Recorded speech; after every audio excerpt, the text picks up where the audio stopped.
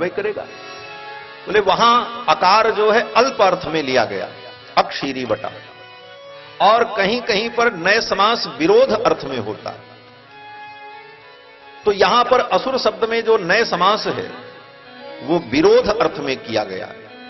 न सुरह असुरह ऐसा समास नहीं, यहां पर अ का अर्थ है सुर विरोधिनः असुरः, जो सुर के विरोधी हैं वो असुर।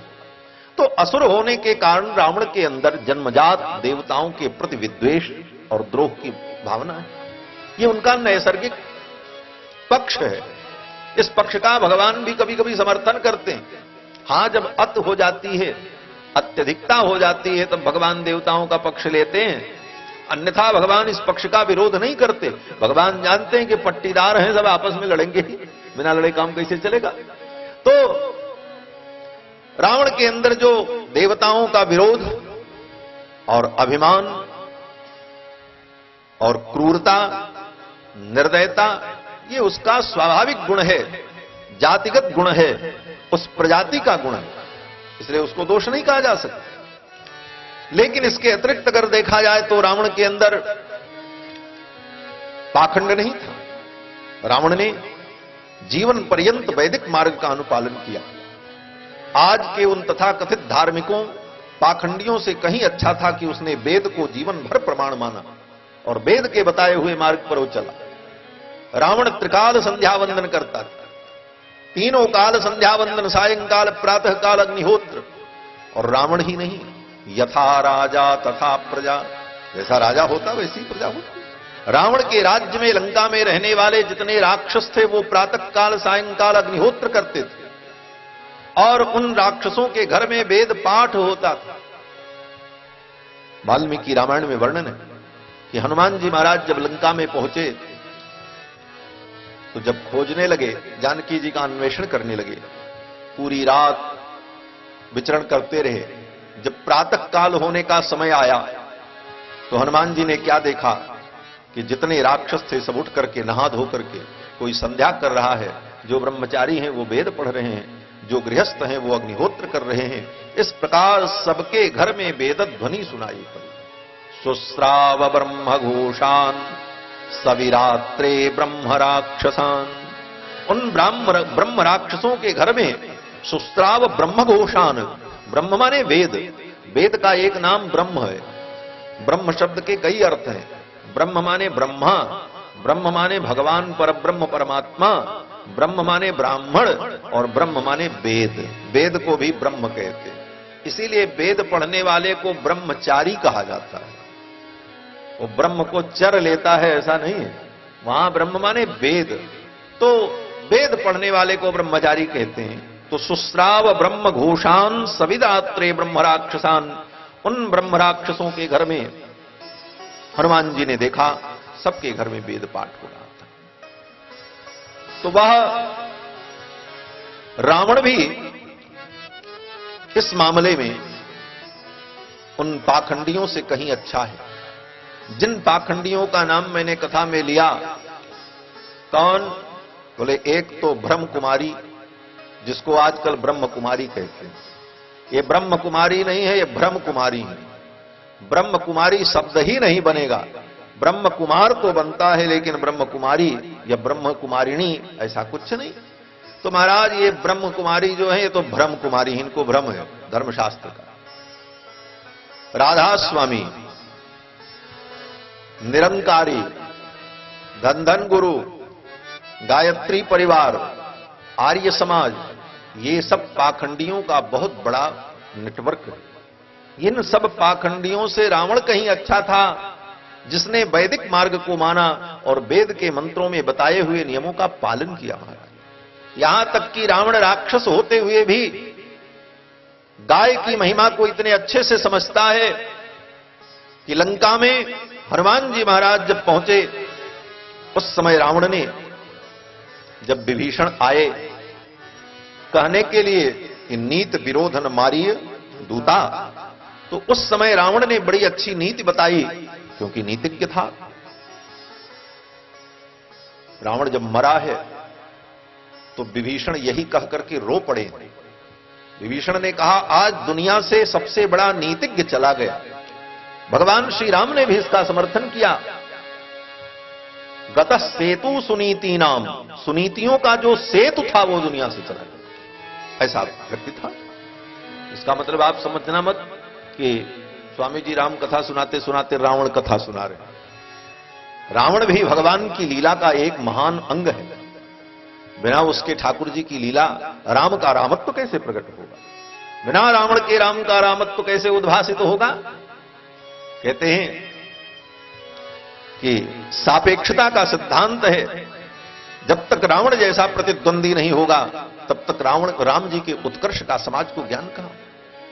और जिसके लिए भगवान को अपना वैकुंठ छोड़कर धरामंडल पर आना पड़े, जिसके लिए भगवान को अवतार लेना पड़े, वो साधारण नहीं। तो रावण जब मरा तो विभीषण जी ने यही कहा, गतः सेतु सुनीति नाम, नीतियों का सेतु चला गया। तो रावण ने वहां पर एक बड़ी अच्छी नीति कही। रावण ने कहा, विद्यते गोसु संपन्नम विद्यते ज्ञातितो भयम। रावण ने यही कहा है वाल्मीकि रामायण में। जब विभीषण जी महाराज आए और रावण के नियम का विरोध किया, राम जी का पक्ष लिया, तो रावण ने कहा कि विद्यते गोसु संपन्नम, जहां गाय की सेवा होती है, जहां गौ पालन होता है, गौ की रक्षा होती है, वहां सदा संपन्नता रहती। ये रावण ने कहा।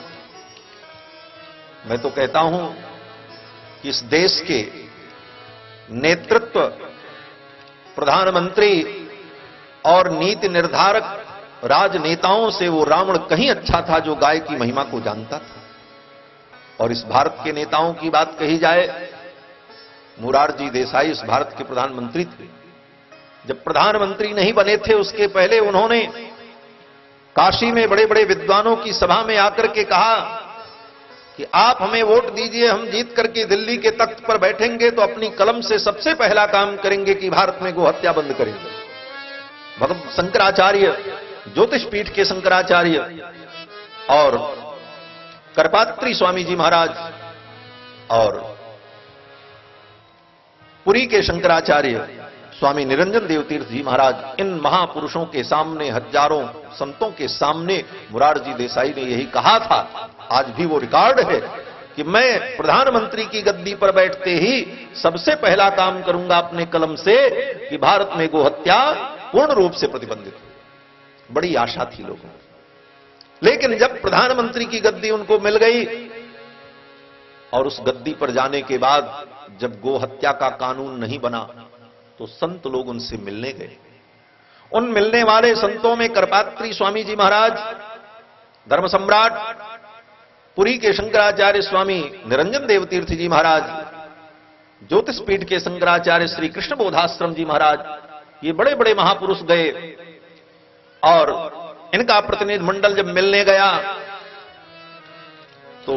गया तो प्रधानमंत्री आवास में जब चर्चा हुई तो लोगों ने कहा, अब आप इस कार्य को पूरा करें, आप अपने कलम से यह आदेश करें कि भारत में गोहत्या पूर्ण रूप से प्रतिबंधित हो। तो मोरारजी देसाई के वाक्य क्या थे सुनकर के आपको आश्चर्य होगा। ये मैं काल्पनिक नहीं कह रहा हूं, ये सब रिकॉर्ड है, आपको इसके प्रमाण भी मिले।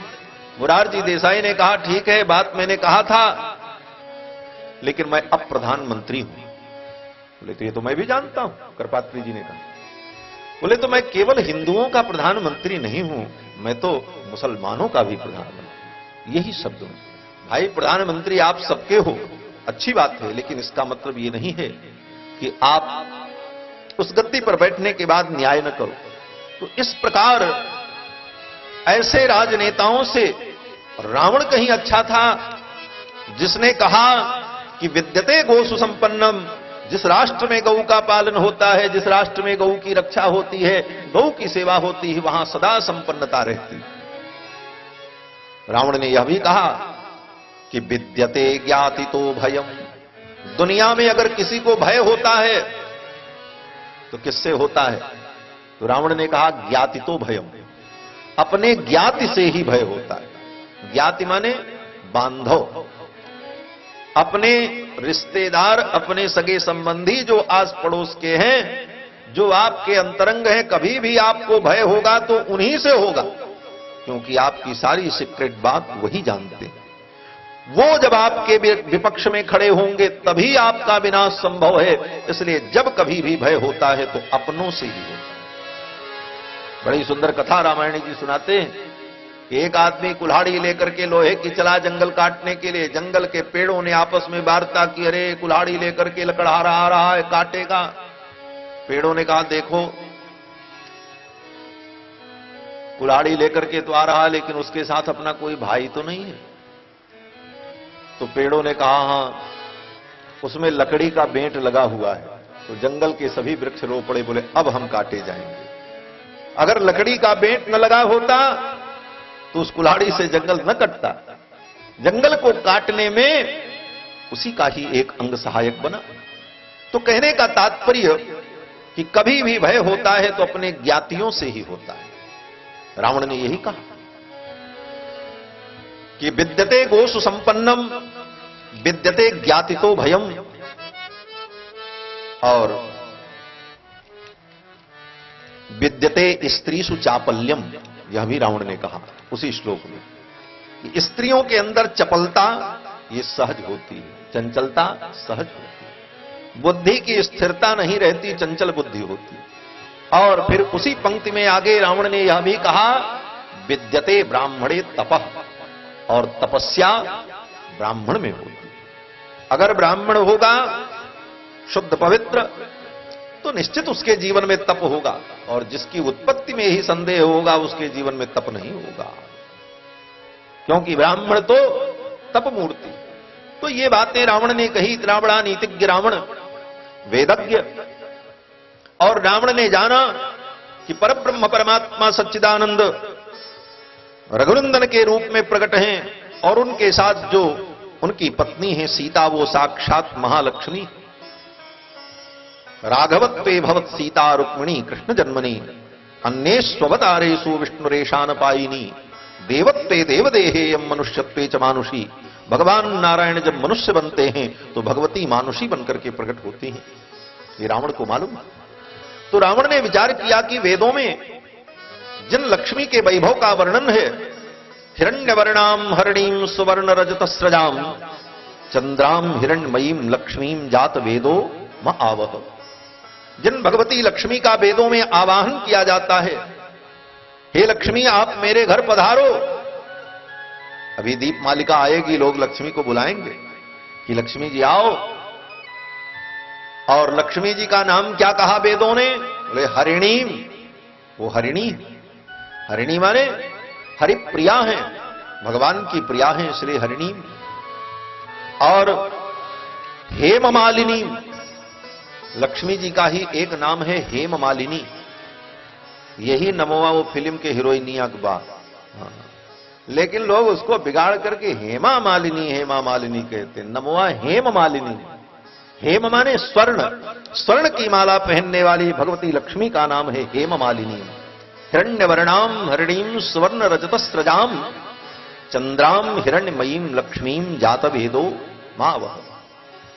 तो वेदों का अध्ययन तो रावण ने भी किया था। रावण जान रहा है कि ये भगवती सीता साक्षात महालक्ष्मी है, परांबा है, और लक्ष्मी जिसको प्राप्त होती है उसी को सारे सद्गुण प्राप्त होते हैं। सिद्धांत भी। कितनों बड़े आप विद्वान हो, ज्ञानी हो, बुद्धिमान बने रहो, और रुपया पैसा नहीं है, फटक चंद गिरधारी, न लोटा न थारी, तो कोई नहीं पूछेगा, सब धरे रहो अपनी विद्या। अगर धन है, आचार्य भर्तृहरि कहते हैं कि यस्यास्ति वित्तम स नरः कुलीनः, जिसके पास वित्त है वही कुलीन होता है। उसके मां बाप की उत्पत्ति और उसके खानदान का दोष कोई नहीं देखता। आज रुपया पैसा है तो बड़े बड़े नेता चाहे अंतरजातीय विवाह करके संतान पैदा करें, चाहे विजातीय विवाह करके संतान पैदा करें, कभी कोई उस विषय पर विचार नहीं करता, क्योंकि उनके पास वैभव है। तो यस्यास्ति वित्तम स नरः कुलीनः, वही कुलीन मान लिया जाता, बड़ा अच्छा कुल है, चाहे उसका खानदान वर्ण संकर ही क्यों न हो। जैसे भारत में ही देख लो, राहुल गांधी का खानदान घोर वर्ण संकर, न हिंदू न मुसलमान न ब्राह्मण न क्षत्रिय न ईसाई न कृष्ण, कोई भी निर्धारण नहीं कर सकता कि इसका धर्म क्या है, लेकिन कुलीन है, भारत की सत्ता को पाने के लिए व्याकुल है और उसको भी फॉलो करने वाले लोग विद्यमान हैं। कारण है कि पैसा है, धन है, पद प्रतिष्ठा है। तो यस्यास्ति वित्तम सनरक कुलीनः सएव वक्ता, वो वक्ता है, उसको भी सुनने के लिए 50,000 आदमी आते हैं, जो कि मशीन से आलू पैदा करता है। कितनी कितनी बातें उसके विषय में कही जाती हैं, आप सुनते ही, लेकिन उसको भी सुनते हैं। क्यों? बोले उसको भी वक्ता मान लिया। यस्यास्ति वित्तम सनरक कुलीनः सएव वक्ता सच दर्शनीय, वो दर्शनीय हो जाता, उसको देखने के लिए लोग दौड़ते। यस्यास्ति वित्तम सनरक कुलीनः सएव वक्ता सच दर्शनीय। आगे भर्तृहरि ने कहा सर्वे गुणाः कांचनमाश्रयन्। बड़ी भगवती लक्ष्मी की कृपा बड़ी अद्भुत है। सशीलः सश्रुतवान गुणज्ञः। पराशर महर्षि कहते हैं अगर लक्ष्मी जी की कृपा हो जाए तो वही शीलवान गुणज्ञ और सब कुछ मान लिया जाता है। तो लक्ष्मी की भी अपनी अभूतपूर्व महिमा है, हजारों दोषों को आच्छादित कर देती हैं भगवती महालक्ष्मी कृपा करके। तो रावण जानता है कि लक्ष्मी जी की कृपा हो जाए और साक्षात लक्ष्मी सीता हैं, ये मेरे यहां आ जाएं तो मेरे लंका का वैभव और 4 गुना बढ़ जाए। स्वर्णमयी लंका जो है वो दिव्य हो जाए, इसकी दिव्यता और बढ़ जाए, जो ऐश्वर्य स्वर्ग में नहीं है वो मेरे पास हो जाए। ये सोच करके रावण ने सीता जी को प्राप्त करने का उपाय किया। और रावण ने किया क्या? बोले चतुराई की। बात चतुराई की थी कि जे जथा माम प्रपद्यन्ते तांस तथैव भजाम्यहम्। तो रावण ने चतुराई की कि भगवान के पास से मैं लक्ष्मी को ले आऊं, लेकिन भगवान के पास से लक्ष्मी को लाने के लिए कुछ तो देना पड़ेगा, क्योंकि संसार में निःशुल्क कुछ नहीं है, सब सशुल्क है। कुछ भी प्राप्त करने के लिए उसके बदले में कुछ देना पड़ेगा आपको, चाहे समय दो चाहे साधन दो, कुछ न कुछ देना पड़ेगा। बिना दिए कुछ नहीं मिलता, क्योंकि सृष्टि में सब कुछ सशुल्क है। इसीलिए हमारे सनातन धर्म में सिद्धांत है कि जो चीजें आपको निःशुल्क मिल रही हैं उसका भी शुल्क आपको अदा करना पड़ेगा। आज नहीं अदा करोगे तो कल आरसी कटेगी। सरकार की किसी संपत्ति का आप उपभोग कर लें, आज भले आप न दें, 10 साल बाद विभाग में एक एक पैसे का हिसाब होकर के कटेगी आरसी, तब कुड़ुक हो जाएगा घर हुए। होता है कि नहीं? उसी प्रकार परमात्मा की बनाई हुई सारी वस्तुएं, सूर्य चंद्रमा पृथ्वी जल वायु, इनका जो हम उपयोग करते हैं इसका भी शुल्क हमको देना पड़ेगा। समय से देते रहो तो थोड़े में निपट जाएगा, नहीं तो ज्यादा होगा तो सूद ब्याज सहित देना पड़ेगा। थोड़े में क्या है? बोले सवेरे उठ करके नहा धो करके सूर्य भगवान को अर्घ दो, ये शुल्क है जो सूर्य अर्घ दिया जाता है कि आपके ताप को हम लेते हैं, आपके प्रकाश को हम लेते हैं, उसके बदले में हम आपको अर्घ देते हैं। ये पूजन, चंद्रमा का पूजन, पृथ्वी का पूजन, वरुण का पूजन, वायु देवता का पूजन, ये सब क्यों है? क्यों? बोले इनका हम उपभोग करते हैं, इसलिए इसका शुल्क हमें देना पड़ेगा, नहीं शुल्क नहीं। यहां तक कि शमशान घाट पर मुर्दा जलाने जाओ तो वहां भी टैक्स देना पड़ता है, मरने के बाद तक शुल्क चुकाना पड़ता है। तो ये प्रकृति का जो हम उपभोग करते हैं इसका भी शुल्क हमें देना चाहिए, और हम नहीं देते। निःशुल्क उपभोग करते हैं तो बाद में यही पाप बनता है। संध्या वंदन नहीं किया, देवताओं का पूजन नहीं किया, शास्त्र ने जो कहा था उन नियमों का पालन नहीं किया, तो मरने के बाद ये सब ब्याज सूद सहित जब चढ़ेगा तो आपसे वसूला जाएगा, लेकिन आप दोगे कहां से? आपके पास तो कुछ है नहीं। बोले तो जब सरकारी पैसा आप गबन करोगे, नहीं दे पाओगे, तब क्या होगा? बोले उठा जेल में डाला जाएगा, तब वही नरक है, तब नरक में जाना पड़ेगा। यही विधान है। तो रावण ने भी विचार किया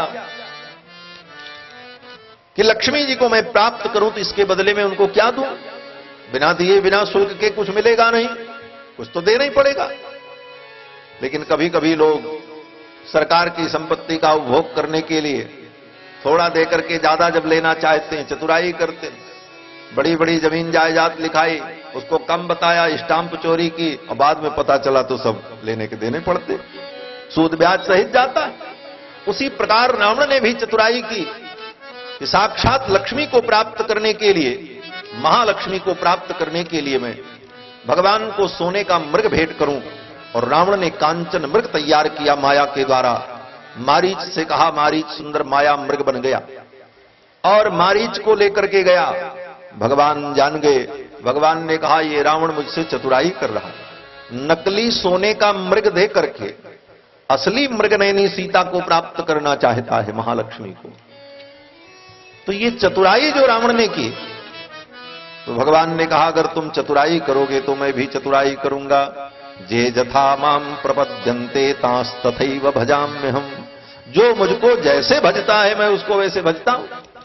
तो भगवान ने भी विचार किया कि जब ये चतुराई कर रहा तो हम भी चतुराई करें। नकली काम करेगा तो नकली ही मिलेगा, असली मिल नहीं सकता। तो रावण ने नकली सोने का मृग जब भेंट किया, उसके पहले भगवान ने भी नकली सीता तैयार कर दी। और लक्ष्मण जी को किसी कार्य से भेजा। सीता जी थी। भगवान ने कहा, देवी अब आप अग्नि में प्रवेश कर जाओ और अपने छाया को प्रकट कर दो, अपना दूसरा रूप प्रकट कर दो, असली रूप को आप अग्नि में स्थापित कर दो। तुम पावक मह करहु निवासा और जब लग करहु निशाचर नासा। भगवान ने कहा, तब तक आप अग्नि में निवास करो जब तक मैं निशाचरों का नाश करूं। और ये रहस्य लक्ष्मण जी भी नहीं जान पाए।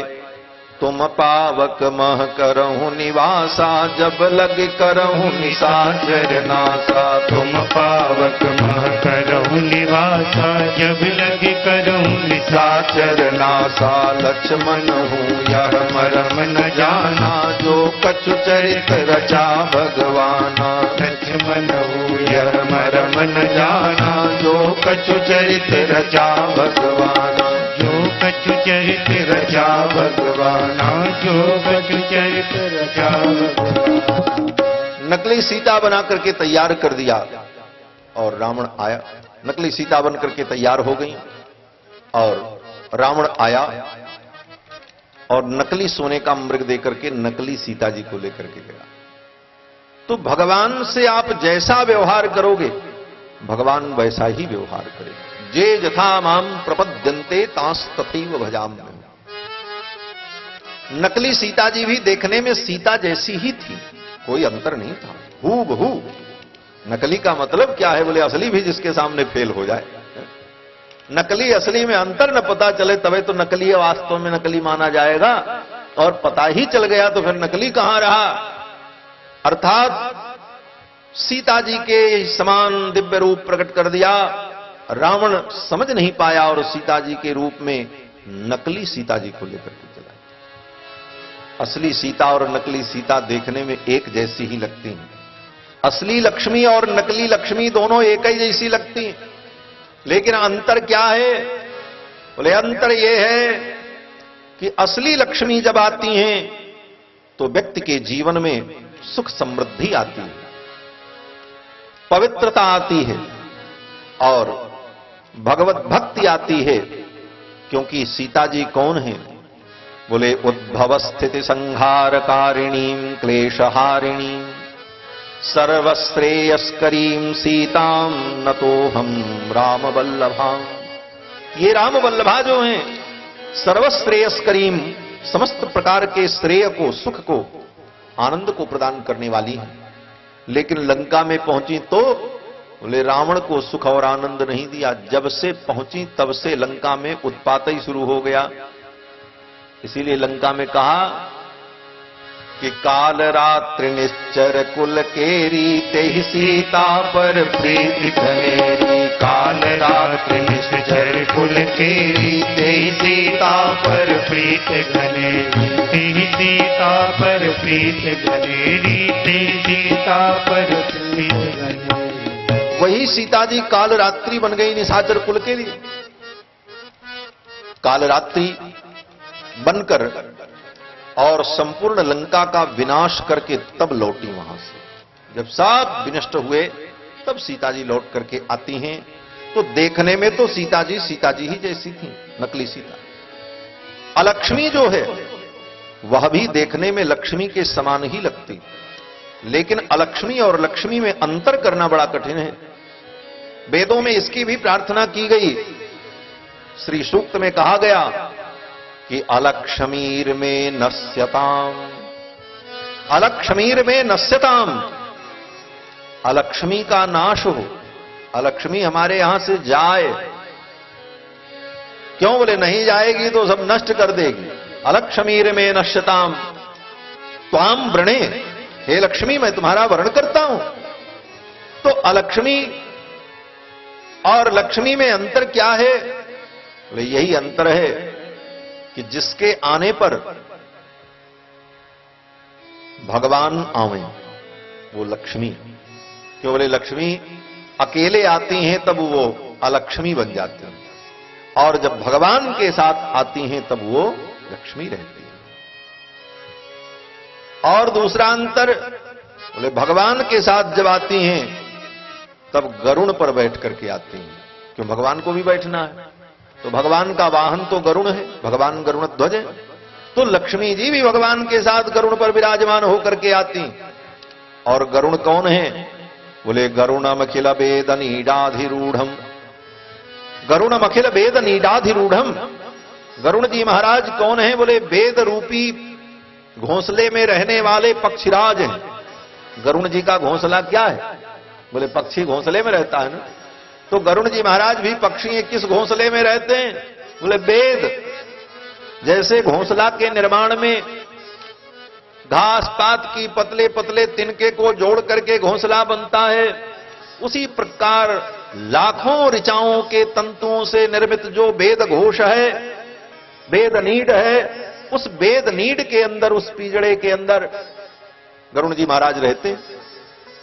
निखिल वेद नीडाधिरूढ़म दिशत कंठनोत्कंठ पीडी कृतस्कंदमीडे, जो भगवान को अपने पीठ पर बैठाकर विचरण करते हैं, ऐसे ईट दस्तुत्य जो गरुण जी महाराज। तो गरुण के पीठ पर बैठ करके जब लक्ष्मी आती हैं तो भगवान के साथ आती हैं, और जब भगवान के साथ नहीं आती हैं लक्ष्मी जी, तब अकेले जब आती हैं तब गरुण पे नहीं आती, तब उल्लू पे बैठ के आती हैं। लक्ष्मी जी का वाहन उल्लू। इसीलिए मैं देखता हूं दुर्गा पूजा में सब मूर्ति बनाते हैं, देवी की बनावे, सरस्वती की बनावे, लक्ष्मी जी की भी बनाते हैं, और लक्ष्मी जी के पैरवे के पास उल्लू बैठाए रहते हैं। भैया लक्ष्मी की अकेले कभी पूजा करो ही मत। जब लक्ष्मी की पूजा हो तो नारायण के साथ। क्यों? बोले लक्ष्मी अकेले आएगी तो उल्लू पे बैठ के आएगी, और उल्लू पे बैठ करके आने का मतलब, बोले तुमको उल्लू बना करके चली जाएंगी, तुम उल्लू ही बन जाओगे। और गरुड़ पर बैठ करके आएंगी, अर्थात तुम्हारी सवारी वो करेंगी, तुम्हारे यहां आएंगी तो गरुड़ पर बैठ करके आएंगी। और गरुड़ कौन है? बोले वेदात्मा, वेद की आत्मा है। वेदात्मा विहगेश्वरो जवनिका माया जगन्मोहिनी। तो वेदात्मा गरुड़ महाराज हैं। तो लक्ष्मी जब गरुड़ पर बैठ करके आती हैं तो ज्ञान को लेकर के आती हैं। गरुड़ जी महाराज ज्ञान स्वरूप हैं, वेदात्मा है। आपके जीवन में ज्ञान होगा, दिव्यता होगी, पवित्रता होगी। और अगर लक्ष्मी अकेले आई तो उल्लू पे बैठ के आई, और उल्लू को रात में दिखता है, दिन में दिखवाई नहीं करता। दिन माने प्रकाश और रात्रि माने अंधकार। प्रकाश माने ज्ञान, अंधकार माने अज्ञान। अर्थात उल्लू की गति अज्ञान में होती है, अंधकार में होती है, प्रकाश में उसकी गति नहीं होती। उसी प्रकार भगवान से रहित लक्ष्मी जब आती हैं तो वह लक्ष्मी व्यक्ति को उल्लू बना करके चली जाती हैं। उल्लू को सूर्य दिखता नहीं। बोले महाराज कैसे पहचाने कि लक्ष्मी आई कि अलक्ष्मी आई? बोले एक सूत्र है इसको पहचानने का। बोले जब लक्ष्मी जी भगवान के साथ आती हैं, लक्ष्मी के रूप में आती हैं, तब बोले जब भगवान के साथ आती हैं तो लक्ष्मी के आने पर अच्छे काम होने लगते हैं। आपके घर में खूब धन आया, व्यापार बढ़ा, खेती बढ़ी, कारोबार बढ़ा, खूब माल आ रहा है। अब कैसे निर्णय करो कि लक्ष्मी आई कि अलक्ष्मी आई? बोले धन के आने के बाद यज्ञ करने की इच्छा हो, दान करने की इच्छा हो, भंडारा करने की इच्छा हो, अच्छे काम में धन लगाने की प्रवृत्ति पैदा हो, और आपका धन सत्कर्म में लग रहा है तो समझ लो लक्ष्मी आई। वो नारायण के पास जा रही हैं, धर्म स्वरूप परमात्मा के पास उनकी सेवा में जा रही हैं। यही पहचान है। और धन आने के बाद खूब रुपया कमाए, धन खूब आ गया, कारोबार खूब बढ़ गया, अब बदमाशी सुधरने लगी। क्या बदमाशी? बोले होटलिंग करो, बोतलिंग करो। ये सब सारा काम जब शुरू हो गया तो समझ लो लक्ष्मी नहीं आई, अलक्ष्मी आई हैं। अब ये तुम्हारा सर्वनाश करा करके तब यहां से जाएंगे। यही पहचान है। तो लक्ष्मी जी को प्राप्त करने के लिए रावण ने नकली सोने का मृग भेंट किया। तो भगवान ने कहा तुम मेरे साथ चतुराई कर रहे हो तो मैं भी चतुराई करूंगा। भगवान तो परम चतुर शिरोमणि, भगवान से चतुराई मत करो। अगर चतुर बनना ही है तो वास्तव में चतुरता क्या है पहले ये जानो। चतुरता कहते किसको? लोग कहते महाराज हम बड़े चतुर हैं, बड़े बुद्धिमान हैं। लेकिन आचार्यों ने कहा कि संसार में लोगों को अपनी बुद्धिमानी से अपने वश में करके, उनको अपने अनुकूल करके धन संपत्ति वैभव कमा लेना, ये चतुराई नहीं है। ये चतुराई तो वेश्या के पास भी होती है। पर मन पर धन हरण को वेश्या हूं प्रवीण। पर मन और परधन का हरण करने में तो वेश्या हमसे आपसे ज्यादा प्रवीण है। बढ़िया चटक मटक करके एक नजारा मारे सब लोग सब लुटाए देंगे। तो परमन परधन हरण को वेश्या हूं प्रवीण। बोले तो चतुरता क्या है? तो कहते हैं कि तुलसी सोई चतुरता राम भगति रस लीन। असली चतुरता यह है कि हम भगवान की भक्ति में लीन हो, ये चतुराई। इस दुनिया में आकर के सबसे चतुर प्राणी कौन है? लोग कहते महाराज बड़े चतुर हैं, बड़े चालाक हैं, लेकिन वास्तव में असली चालाक कौन है? बोले हमारे रामायणी जी हैं, रामकृष्ण दास जी। हाँ, ये महात्मा लोग बड़े चालाक होते महाराज। असली चालाकी यही जानते हैं। क्या चालाकी? बोले शास्त्र कहता है या लोकद्वय साधिनी चतुरता सा चातुरी चातुरी। चतुरता क्या है? बोले या लोकद्वय साधिनी, जो लोक और परलोक दोनों को बना दे उसी का नाम चातुर्य है। बुद्धिमान वही है जो इस दुनिया में रहकर यश कीर्ति कमा करके लोक को भी बना ले और भजन पूजन करके भगवान की भक्ति करके आराधना करके अपने परलोक को भी बना ले, वही चतुर है। या लोकद्वय साधिनी चतुरता सा चातुरी चातुरी। वास्तविक चतुरता तो वही है। और इस चतुराई में महात्मा लोग कुशल हैं। यहां भी उनका कोई गड़बड़ नहीं होता, किसी से कम वैभव नहीं। मठ मंदिर गाड़ी घोड़ा आनंद मंगल जय जयकार, लोक में भी चकाचक और परलोक में भी चकाचक। यहां वहां दोनों जगह बना लेते हैं और लोग यहां बनाते बनाते मर जाते हैं। यहां तो बनता नहीं, यहां बिगड़ जाता, वहां जाने के बाद तो बिगड़ा ही बिगड़ा है। क्यों? बोले यो ध्रुवाणी परित्यज्य अध्रुवम परिषेव्यते। जो व्यक्ति ध्रुव को छोड़कर अध्रुव की ओर दौड़ता है, निश्चित को छोड़कर अनिश्चित की ओर दौड़ता है, ध्रुवाणी तस्य नश्यन्ति, अध्रुवम नष्ट में वही, उसका ध्रुव भी चला जाता है और अध्रुव तो पहले से ही नष्ट है। उसी प्रकार ध्रुव परमात्मा है जो पूर्ण तत्व है, निश्चित तत्व है। उस तत्व की ओर न जाकर के अनिश्चित तत्व की ओर जब हम भागते हैं तो अनिश्चित भी हाथ नहीं लगता और जिसको मिलना चाहिए था वो भी नहीं मिलता। तो लोया लोकद्वय साधिनी चतुरता सा चातुरी चातुरी। यही चातुर्य है कि लोक और परलोक दोनों बन जाए। तो रावण ने चतुरता की तो भगवान ने उनसे भी चतुरता कर ली। तो भगवान तो जे जथा माम प्रपद्यन्ते तास्तथैव भजाम्यहम्, यही बात मैं कह रहा था। तो जब कोई भगवान का भजन करता है तो भगवान भी उसका भजन करते हैं। जे जथा माम प्रपद्यन्ते, अगर आप भगवान का भजन करोगे तो भगवान भी आपका भजन करेंगे। और न करें तो कहो कि महाराज हमने आपका भजन किया, आप हमारा भजन करो। हाँ, आप कह सकते हैं। कहने के लिए आपको मैं प्रमाण देता हूं।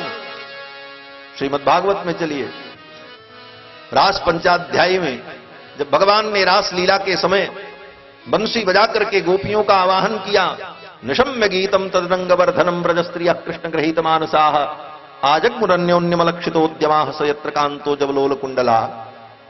गोपियां आ गईं बंसी की ध्वनि सुनकर के। कथा आपने सुनी है, कई बार मैंने सुनाया है, 15 साल से तो यही सुनाई रहे हैं सब। तो कितने ऐसे श्रोता बोलते महाराज सब तो सुना ही चुके हैं।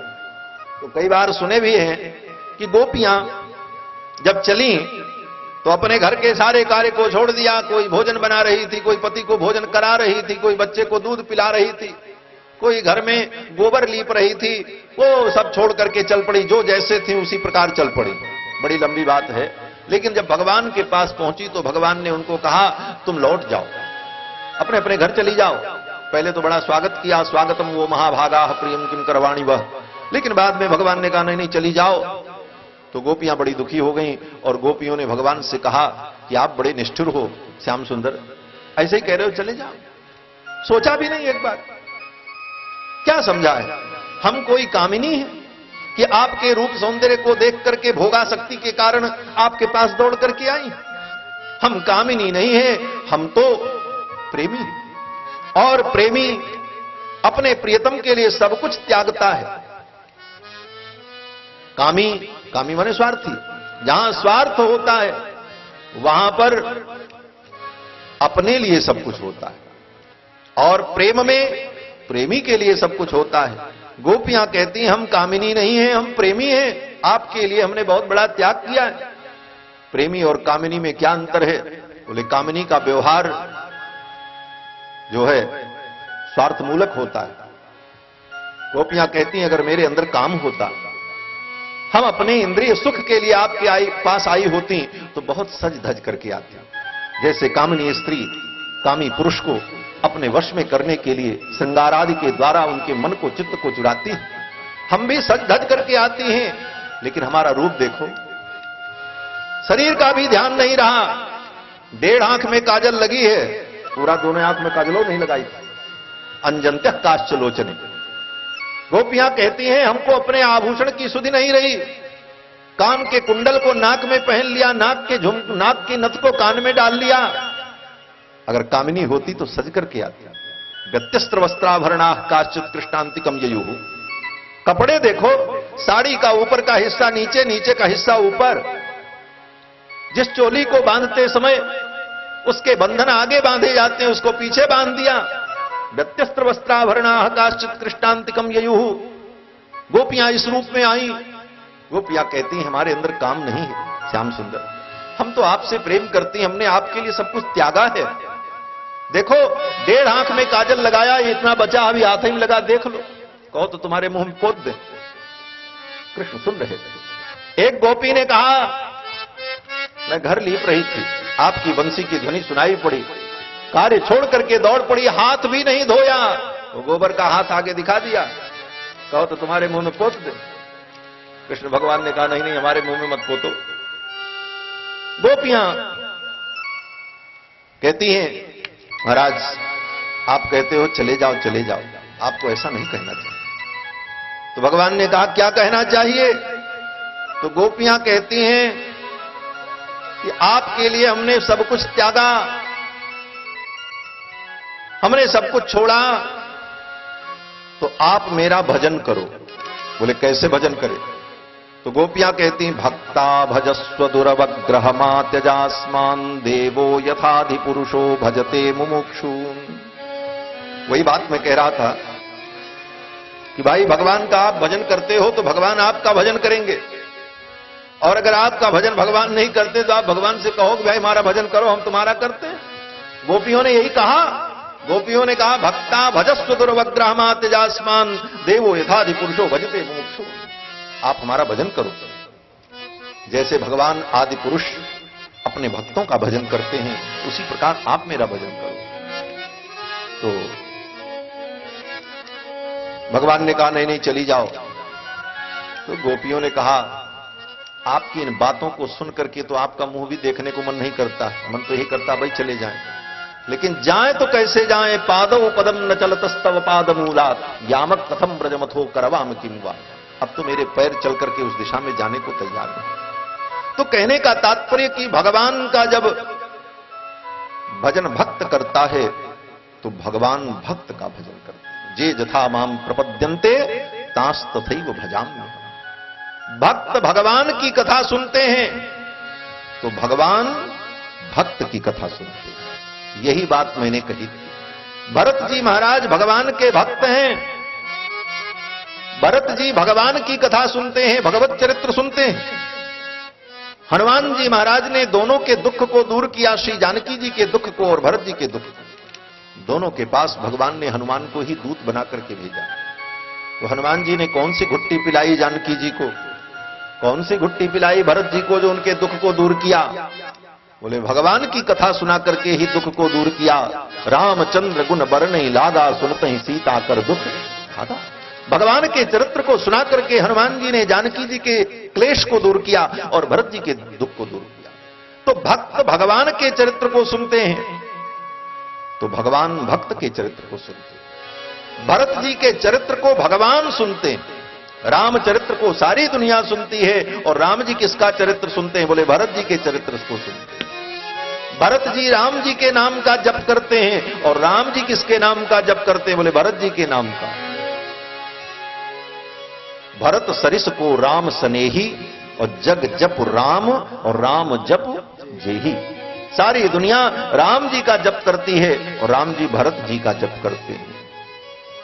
भरत जी भगवान की कथा सुनते हैं तो भगवान भरत जी की कथा सुनते हैं। और किससे सुनते हैं? बोले जहां रहेंगे, जहां कोई वक्ता मिलेगा उसी से न सुनेंगे। अब आप कहां कथा सुनोगे? बोले जो यहां आवे, जो आपके पास रहे वही सुनावे कथा। तो राम जी भी लक्ष्मण जी के द्वारा भरत जी की कथा को सुनते हैं। वर्णन है कि पंचवटी में जब गोदावरी में स्नान करने भगवान गए, साथ में लक्ष्मण जी थे, जानकी जी थी। यही शरद ऋतु थी, यही ऋतु थी। और शरद नहीं, शिशिर ऋतु थी, ठंडी का समय था। और जब गोदावरी में भगवान स्नान करने लगे तो गोदावरी के शीतल जल की शीतलता का अनुभव करते हुए थोड़ा ठिठुर गए। लक्ष्मण जी को भरत जी की याद आ गई और लक्ष्मण जी ने भगवान से कहा, भैया यहां दक्षिण भारत में इतनी ठंडी पड़ रही है गोदावरी में स्नान करने पर, तो अयोध्या तो उत्तर भारत में है, वहां तो बड़ी ठंडी पड़ती है। और भरत जी, भैया भरत इतनी ठंडी में सरयू में स्नान कैसे करते होंगे? यही लक्ष्मण जी ने कहा। लक्ष्मण जी कहते हैं कि कथम त्वपर रात्रेषु सरयूम अवगाहते, कथम त्वपर रात्रेषु सरयूम अवगाहते। अपर रात्रि में, रात्रि के 2 बजे ही जाकर, 2:30 बजे ही जाकर सरयू में भरत जी कैसे स्नान करते? लक्ष्मण जी ने यही कहा, अपर रात्रेषु। भरत जी रात्रि के 2 बजे स्नान करने जाते, 2:30 बजे स्नान करते। बोले अर्धरात्रि में जाने का मतलब क्या है? बोले सब लोग ब्रह्म मुहूर्त में जाते, लेकिन भरत जी तो आधी रात में ही जाकर के स्नान करके आ जाते। कारण? बोले भरत जी का भाव है कि ब्रह्म मुहूर्त में जब लोग स्नान करने जाते हैं, ऋषि मुनि महात्मा लोग, ब्राह्मण लोग, गृहस्थ लोग, उस समय अगर मैं भी स्नान करने जाऊंगा तो सवेरे सवेरे लोग अपने घर से निकलेंगे तो पहले मेरा मुंह देखेंगे और मेरा मुंह देखते ही उनके जीवन में उनका वो दिन अमंगल हो जाएगा। मेरे जैसे पापी का मुख देखकर उनका तो दिन बिगड़ जाएगा। संसार में व्यवहार होता है, जिसको लोग अपराधी समझते हैं, पापी समझते हैं, उसके विषय में कहते हैं सवेरे सवेरे इसका मुंह देख लिया, अब क्या होगा? तो भरत जी अनुसंधान करते हैं कि मेरे जैसे पापी का मुख अगर लोग देखेंगे तो उनका दिन अमंगल हो जाएगा। भरत जी पापी नहीं है, लेकिन ये भरत जी का नैत्यानुसंधान है, उनका दैन्य भाव है। भरत जी कहते हैं कि मोहि समान को पाप निवासु, जेहि लगी सी राम वनवासु। मेरे समान पापी कौन होगा जिनके कारण रघुनंदन को वन में जाना पड़ा। मोहि समान को पाप निवासु, जेहि लगी सी राम वनवासु। राम लखन बिनु पग पनहि, धरि मुनि वेश फिरहि बन बनहि।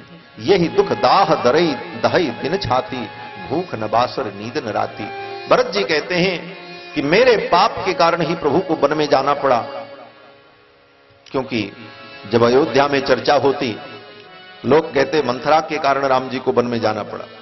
नाम मंथरा मंदमती दासी कई कई केरी, अजस पिटारी ताहि कर गई गिरामती फिर। मंथरा के पाप के कारण, मंथरा की कुबुद्धि के कारण राम जी को वन में जाना पड़ा।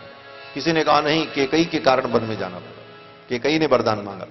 तीसरे ने कहा नहीं, दशरथ जी ने वरदान दिया, दशरथ जी चाहते तो ऐसा न होता, दशरथ जी के कारण राम जी वन में गए। कुछ लोगों ने कहा न केकई न मंथरा न दशरथ जी, राम जी स्वयं अपने वनगमन में कारण है। बोले वो कारण क्यों है? बोले वो गए क्यों? उन्होंने कोई अपराध तो किया नहीं, उनको इसका प्रतिवाद करना चाहिए था। प्रश्न करना चाहिए था कि निरपराध को आप वन में क्यों भेज रहे हैं। लेकिन राम जी ने एक बार भी नहीं पूछा, चले गए। तो दोस्त राम जी का। लेकिन जब भरत जी से पूछा गया कि राम जी के वनगमन में दोषी कौन है, तो भरत जी कहते हैं किसी का दोष नहीं। न मंथराया न च मातुरस्य, न मंथरा का दोष है, न मां केकई का दोष है। दोषो न राज्ञो न च राघवस्य, न दशरथ जी का दोष है, न रघुनंदन का दोष है। बोले फिर किसका दोष है? भरत जी कहते हैं मत पाप में वात्र निदानमासीद वन प्रवेशे रघुनंदनस्य, मेरा पाप ही रघुनंदन के वनगमन का कारण। मोहि समान को पाप निवासु, जेहि लगी सी राम वनवासु। तो भरत जी सोचते हैं कि मैं प्रातः काल अगर स्नान करने जाऊं तो मुझ पापी का मुख देख करके लोगों का दिन अमंगल हो जाए।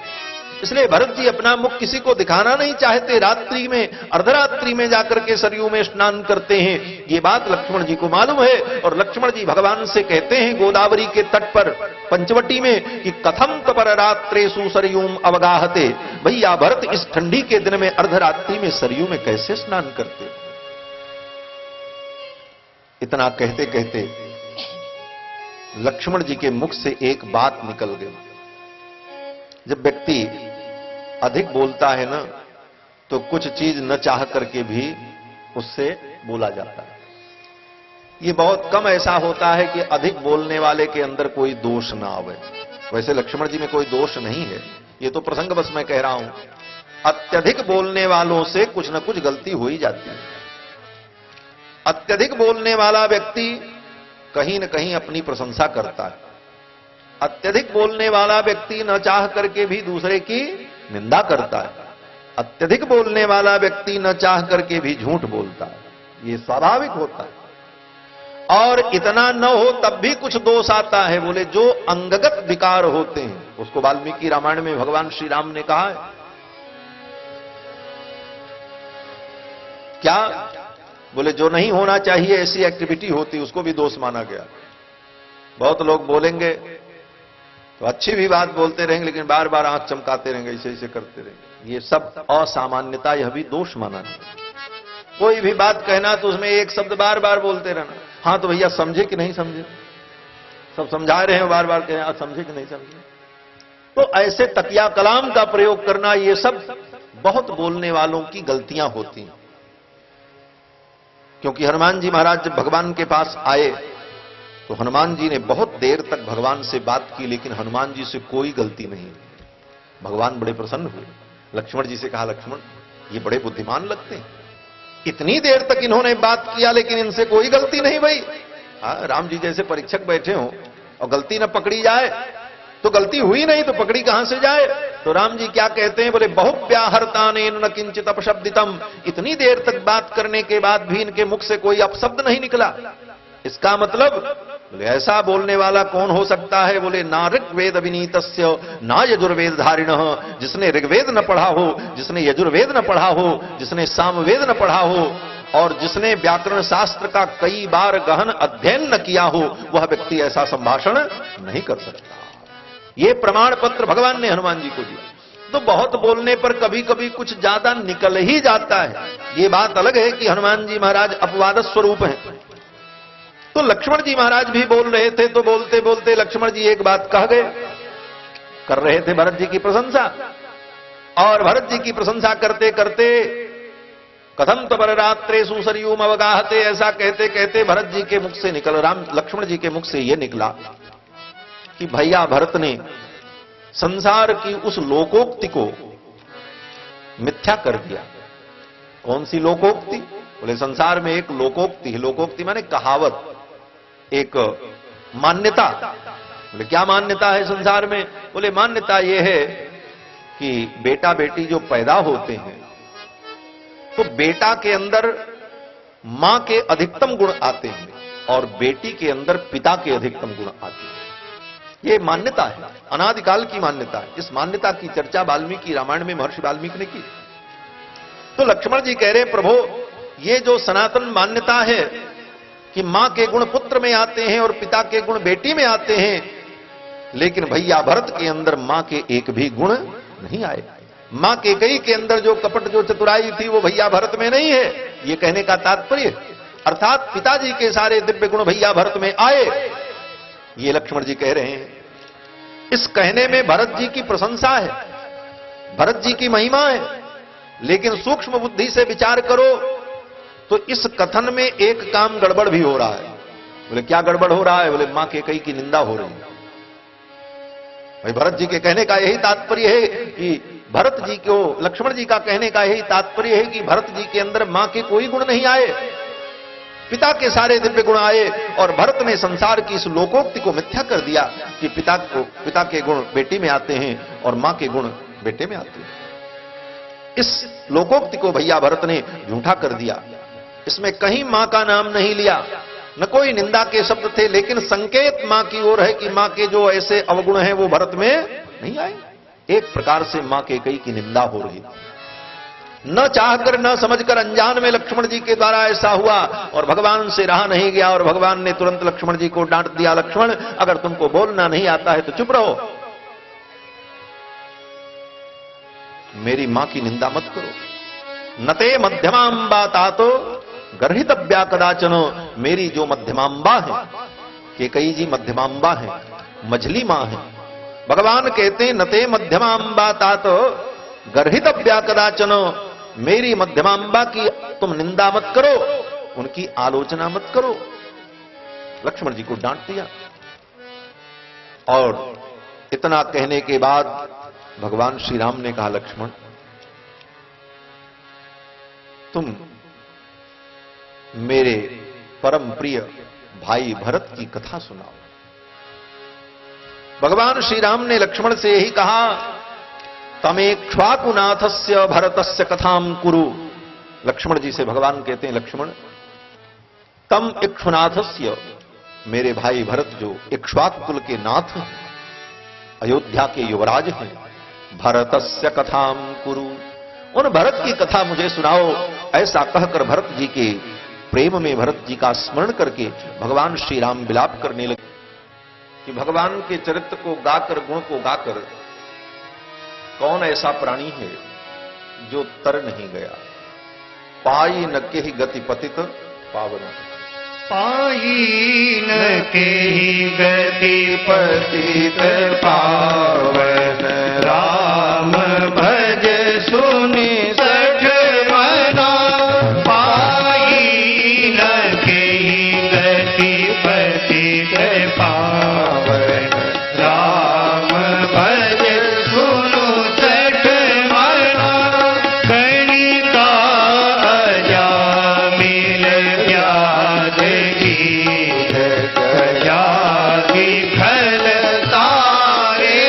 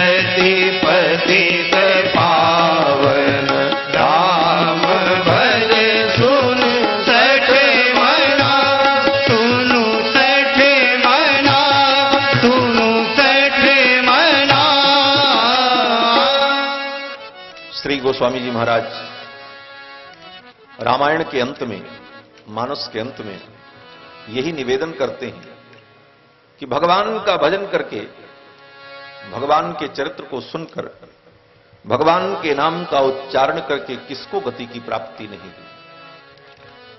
और यही बात श्री सुखदेव जी महाराज श्रीमद् भागवत महापुराण में कहते हैं कि किरात हूणांध्र पुलिंद पुलकसाह आभीर कंका यवना खसादयः एन्ने च पापा यदुपास्त्रयास्त्रयाः शुध्यन्ति तस्मै प्रभविष्णवे नमः। इसी श्लोक का अक्षरशः पद्यानुवाद श्री गोस्वामी जी महाराज ने मानस में किया। श्री सुखदेव जी महाराज कहते हैं किरात हूणांध्र पुलिंद पुलकसाह। किरात, हूण, पुलिंद, पुलकस, आभीर, खस, स्वपच, यवन, ये जितने हैं जिनको वैदिक यज्ञ यागादि कर्मों में अधिकार नहीं है, ऐसे प्राणी भी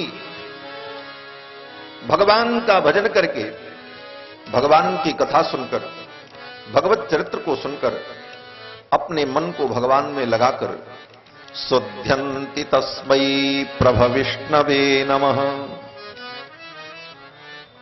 कहां है माइक पर बोलो? विनोद कहां है?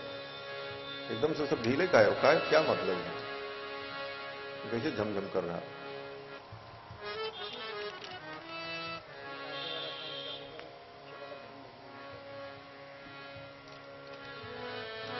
शुद्धयन्ति तस्मै प्रभु विष्णवे नमः। भगवान के चरित्र को सुनकर, उनके नाम का उच्चारण करके परम शुद्ध और पवित्र हो जाते हैं। और भगवान के चरित्र से पवित्र होने का जो ये भाव है, इसी भाव को गोस्वामी जी महाराज कहते हैं पाई न के गति पतित पावन राम भज सुन सकट। पतितों को भी पावन करने वाले भगवान हैं, जो हमारे पातित्य को, हमारे दोष को दूर कर देते हैं। ऐसे प्रभु के, भगवान श्री राम के पावन चरित्र को हम सभी लोग श्रवण कर रहे हैं। पूज्य श्री रामायणी जी महाराज ने अभी भगवान की मंगलमयी चर्चा श्रवण कराते हुए भरत जी का स्मरण किया। भैया भरत भगवान के परम प्रेमी, साक्षात प्रेम मूर्ति, प्रेमावतार, भगवान का जो प्रेम है, भगवत प्रेम, वही मूर्तिमान होकर के भरत जी के रूप में अवतरित हुआ। और श्री भरत जी महाराज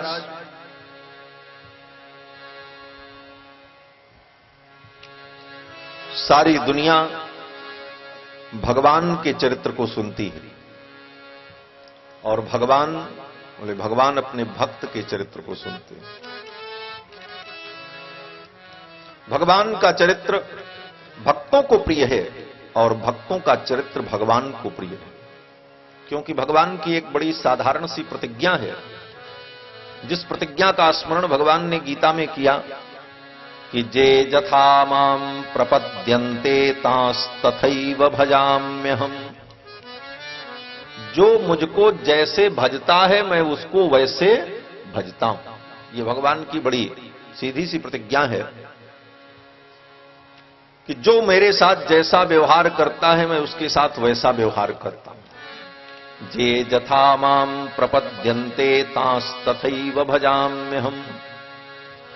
इसका सीधा सीधा अर्थ है कि जो भगवान से प्रेम करता है भगवान उससे प्रेम करते हैं, जो भगवान से द्वेष करता है भगवान उससे द्वेष करते हैं, जो भगवान को अपना मानता है भगवान उसको अपना मानते हैं, और जो भगवान से चतुराई करता है भगवान उससे चतुराई भी करते हैं, क्योंकि भगवान तो सकल कला प्रवीण है। अगर आप भगवान से चतुराई करो तो भगवान कहते हैं फिर हम भी तुमसे चतुराई ही करेंगे। रावण ने यही किया। रावण ने चतुराई की। क्या चतुराई की? बोले रावण को ये जानकारी है कि भगवान नारायण ही राम के रूप में अवतरित हैं और भगवती महालक्ष्मी ही सीता के रूप में प्रकट है। रावण को मालूम है, ठीक ठीक मालूम है। इसलिए रावण ने कहा, तिन्हि की मारहि बिन भगवंता, भगवान के बिना खरदूषण को कौन मार सकता है। खरदूषण मौसम बलवंता, खरदूषण तो मेरे समान बलवान थे, उनको अगर किसी ने मारा है तो निश्चित रूप से वो भगवान है, ईश्वर है, परमात्मा है। और ऐसे भी रावण वेदज्ञ है, विद्वान है। कभी कभी जब पाखंडियों की निंदा होती है, उस प्रसंग में बड़ी प्रसन्नता से रावण की प्रशंसा करने का भी मन करता है। क्यों? बोले महाराज, रावण इस मामले में प्रशंसनीय है कि रावण ने पाखंड का विरोध किया। रावण ने कभी पाखंड को आश्रय नहीं दिया। पाखंड क्या है? बोले वेद मार्ग से विरुद्ध अवैदिक मार्ग जो है वही पाखंड है। और रावण ने कभी अवैदिक मार्ग का आश्रय नहीं लिया और रावण ने कभी अवैदिक मार्ग का समर्थन नहीं किया। इस दृष्टि से विचार करने पर रावण आज उन पाखंडियों से कहीं अच्छा है। जो आज के पाखंडी धर्म के नाम पर अधर्म परोस रहे, ऐसे उन पाखंडियों से रावण कहीं अच्छा था। क्योंकि रावण ने कभी असुर होने के कारण, राक्षस होने के कारण क्रूरता, निर्दयता और अभिमान, ये दुर्गुण उसके अंदर थे। देवताओं से सहज विरोध राक्षसों का होता है, क्योंकि राक्षस असुर है और असुर का यही अर्थ होता है सुर विरोधी। क्यों? बोले असुर शब्द में नए समास है। जैसे कहते हैं अयोग्य, तो न योग्य अयोग्य, जो योग्य नहीं है वो अयोग्य। तो उसी तरह असुर शब्द में अगर समास करो तो क्या बनेगा? बोले न सुरह असुरः, जो सुर नहीं है वो असुर। लेकिन यह समास यहां पर नहीं बनेगा। बोले महाराज, जब वहां बना तो यहां कहीं नहीं बनेगा। बोले तोरे मन से थोड़ी बनेगा, व्याकरण के नियम से बनेगा। इसीलिए सब व्याकरण इत्यादि का अध्ययन किया जाता है। कल ही हमको, क्या नाम है, गुड्डू, हमारे कृष्णचंद्र बाबू के भांजे, अपने किसी परीक्षा का प्रश्न पत्र का फोटो कॉपी मोबाइल में दिखा रहे थे। प्रश्न पत्र बनाने वाले इतने बड़े मूर्ख, ऐसा प्रश्न गलत बना करके दिए। 4 दीर्घ स्वरों को लिखा और कहा इसमें बताओ दीर्घ कौन है। और चारों दीर्घ, आ, अय, ओ और औ। कहते हैं इसमें दीर्घ स्वर कौन है। बोले जब एक भी ह्रस्व हो तब दीर्घ का निर्णय करें, जब चारों दीर्घ हैं। उनको पता ही नहीं है कि दीर्घ की परिभाषा क्या होती। ए, अय, ओ, औ, ये चारों वर्ण, ये चारों स्वर सदा दीर्घ ही रहते हैं। इनका ह्रस्व उच्चारण होता ही, इसमें ह्रस्व का अभाव होता है। तो बंधुओं, ये सब चीजें तो व्याकरण से ही समझ में आती। तो मैं असुर शब्द की व्याख्या कर रहा था कि असुर माने न सुरः असुरः, ये समास नहीं होगा, क्योंकि यहां पर नए समास है। नए माने नकारात्मक अर्थ में जो समास होता है उसको नए समास कहते हैं। और नए समास 6 प्रकार के होते हैं। नयार्था षट् प्रकीर्तिता, और उसमें एक नए समास अल्प अर्थ में होता है।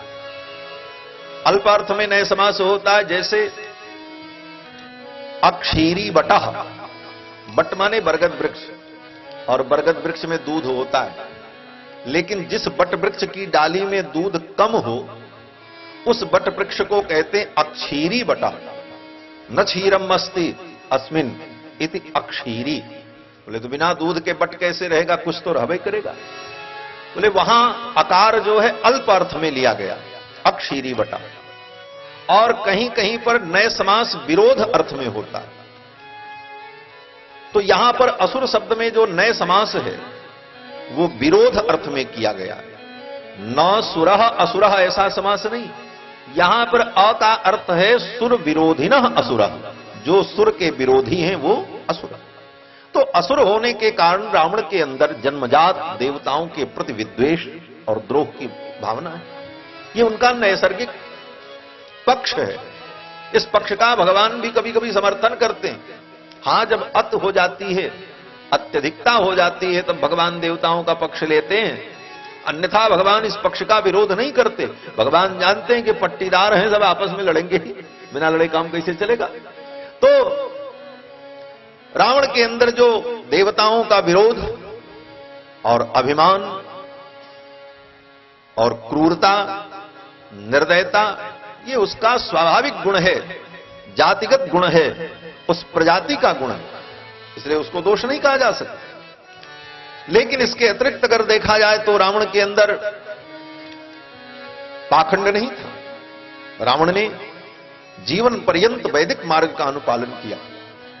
आज के उन तथाकथित धार्मिकों, पाखंडियों से कहीं अच्छा था कि उसने वेद को जीवन भर प्रमाण माना और वेद के बताए हुए मार्ग पर वो चला। रावण त्रिकाल संध्या वंदन करता था, तीनों काल संध्या वंदन, सायंकाल, प्रातः काल, अग्निहोत्र। और रावण ही नहीं, यथा राजा तथा प्रजा, जैसा राजा होता वैसी प्रजा होती। रावण के राज्य में, लंका में रहने वाले जितने राक्षस थे वो प्रातः काल, सायंकाल अग्निहोत्र करते थे और उन राक्षसों के घर में वेद पाठ होता था। वाल्मीकि रामायण में वर्णन है कि हनुमान जी महाराज जब लंका में पहुंचे तो जब खोजने लगे, जानकी जी का अन्वेषण करने लगे, पूरी रात विचरण करते रहे। जब प्रातः काल होने का समय आया तो हनुमान जी ने क्या देखा कि जितने राक्षस थे सब उठ करके नहा धो करके, कोई संध्या कर रहा है, जो ब्रह्मचारी हैं वो वेद पढ़ रहे हैं, जो गृहस्थ हैं वो अग्निहोत्र कर रहे हैं। इस प्रकार सबके घर में वेद ध्वनि सुनाई पड़ी। सुस्राव ब्रह्म घोषान सविरात्रे ब्रह्म राक्षसान। उन ब्रह्म राक्षसों के घर में सुस्राव ब्रह्म घोषान, ब्रह्म माने वेद, वेद का एक नाम ब्रह्म है। ब्रह्म शब्द के कई अर्थ हैं। ब्रह्म माने ब्रह्मा, ब्रह्म माने भगवान परब्रह्म परमात्मा, ब्रह्म माने ब्राह्मण और ब्रह्म माने वेद। वेद को भी ब्रह्म कहते हैं, इसीलिए वेद पढ़ने वाले को ब्रह्मचारी कहा जाता है। वो ब्रह्म को चर लेता है ऐसा नहीं है, वहां ब्रह्म माने वेद। तो वेद पढ़ने वाले को ब्रह्मचारी कहते हैं। तो सुस्राव ब्रह्म घोषान सविदात्रे ब्रह्म राक्षसान, उन ब्रह्म राक्षसों के घर में हनुमान जी ने देखा सबके घर में वेद पाठ हो रहा था। तो वह रावण भी इस मामले में उन पाखंडियों से कहीं अच्छा है। जिन पाखंडियों का नाम मैंने कथा में लिया, कौन? बोले एक तो ब्रह्म कुमारी, जिसको आजकल ब्रह्म कुमारी कहते हैं। ये ब्रह्म कुमारी नहीं है, ये ब्रह्म कुमारी है। ब्रह्म कुमारी शब्द ही नहीं बनेगा, ब्रह्म कुमार तो बनता है, लेकिन ब्रह्म कुमारी या ब्रह्म कुमारिणी ऐसा कुछ नहीं। तो महाराज ये ब्रह्म कुमारी जो है ये तो ब्रह्म कुमारी, इनको भ्रम है धर्मशास्त्र का। राधा स्वामी, निरंकारी, धन धन गुरु, गायत्री परिवार, आर्य समाज, ये सब पाखंडियों का बहुत बड़ा नेटवर्क है। इन सब पाखंडियों से रावण कहीं अच्छा था, जिसने वैदिक मार्ग को माना और वेद के मंत्रों में बताए हुए नियमों का पालन किया। महाराज यहां तक कि रावण राक्षस होते हुए भी गाय की महिमा को इतने अच्छे से समझता है कि लंका में हनुमान जी महाराज जब पहुंचे उस समय रावण ने, जब विभीषण आए कहने के लिए कि नीत विरोधन मारिय दूता, तो उस समय रावण ने बड़ी अच्छी नीति बताई, क्योंकि नीतिज्ञ था। रावण जब मरा है तो विभीषण यही कह करके रो पड़े। विभीषण ने कहा आज दुनिया से सबसे बड़ा नीतिज्ञ चला गया। भगवान श्री राम ने भी इसका समर्थन किया। गतः सेतु सुनीति नाम, सुनीतियों का जो सेतु था वो दुनिया से चला गया, ऐसा व्यक्ति था। इसका मतलब आप समझना मत कि स्वामी जी राम कथा सुनाते सुनाते रावण कथा सुना रहे। रावण भी भगवान की लीला का एक महान अंग है। बिना उसके ठाकुर जी की लीला, राम का रामत्व कैसे प्रकट होगा? बिना रावण के राम का रामत्व कैसे उद्भासित होगा? कहते हैं कि सापेक्षता का सिद्धांत है, जब तक रावण जैसा प्रतिद्वंदी नहीं होगा तब तक राम जी के उत्कर्ष का समाज को ज्ञान कहां? और जिसके लिए भगवान को अपना वैकुंठ छोड़कर धरामंडल पर आना पड़े, जिसके लिए भगवान को अवतार लेना पड़े, वो साधारण नहीं। तो रावण जब मरा तो विभीषण जी ने यही कहा, गतः सेतु सुनीति नाम, नीतियों का सेतु चला गया। तो रावण ने वहां पर एक बड़ी अच्छी नीति कही। रावण ने कहा, विद्यते गोसु संपन्नम विद्यते ज्ञातितो भयम। रावण ने यही कहा है वाल्मीकि रामायण में। जब विभीषण जी महाराज आए और रावण के नियम का विरोध किया, राम जी का पक्ष लिया, तो रावण ने कहा कि विद्यते गोसु संपन्नम, जहां गाय की सेवा होती है, जहां गौ पालन होता है, गौ की रक्षा होती है, वहां सदा संपन्नता रहती।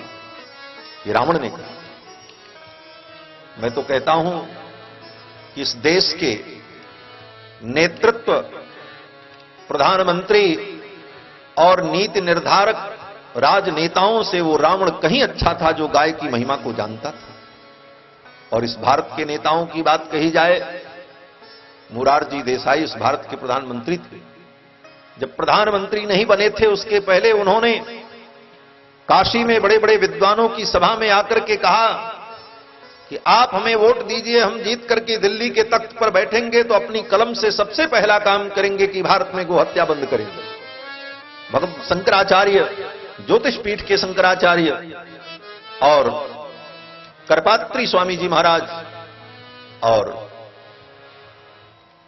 पुरी के शंकराचार्य स्वामी निरंजन देव तीर्थ जी महाराज, इन महापुरुषों के सामने, हजारों संतों के सामने मोरारजी देसाई ने यही कहा था। आज भी वो रिकॉर्ड है कि मैं प्रधानमंत्री की गद्दी पर बैठते ही सबसे पहला काम करूंगा अपने कलम से कि भारत में गोहत्या पूर्ण रूप से प्रतिबंधित हो।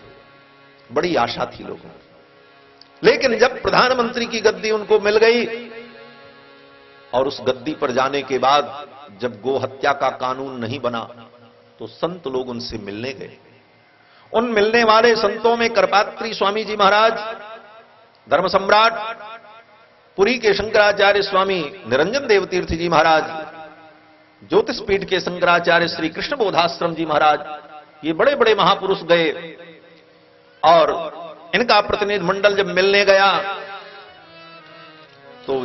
गया तो प्रधानमंत्री आवास में जब चर्चा हुई तो लोगों ने कहा, अब आप इस कार्य को पूरा करें, आप अपने कलम से यह आदेश करें कि भारत में गोहत्या पूर्ण रूप से प्रतिबंधित हो। तो मोरारजी देसाई के वाक्य क्या थे सुन करके आपको आश्चर्य होगा। ये मैं काल्पनिक नहीं कह रहा हूं, ये सब रिकॉर्ड है, आपको इसके प्रमाण भी मिले। मोरारजी देसाई ने कहा, ठीक है, बात मैंने कहा था, लेकिन मैं अब प्रधानमंत्री हूं। बोले तो ये तो मैं भी जानता हूं, करपात्री जी ने कहा। बोले तो मैं केवल हिंदुओं का प्रधानमंत्री नहीं हूं, मैं तो मुसलमानों का भी प्रधानमंत्री। यही शब्द है। भाई, प्रधानमंत्री आप सबके हो, अच्छी बात है, लेकिन इसका मतलब ये नहीं है कि आप उस गद्दी पर बैठने के बाद न्याय न करो। तो इस प्रकार ऐसे राजनेताओं से रावण कहीं अच्छा था जिसने कहा कि विद्यते गोसु संपन्नम, जिस राष्ट्र में गौ का पालन होता है, जिस राष्ट्र में गौ की रक्षा होती है, गौ की सेवा होती है, वहां सदा संपन्नता रहती है।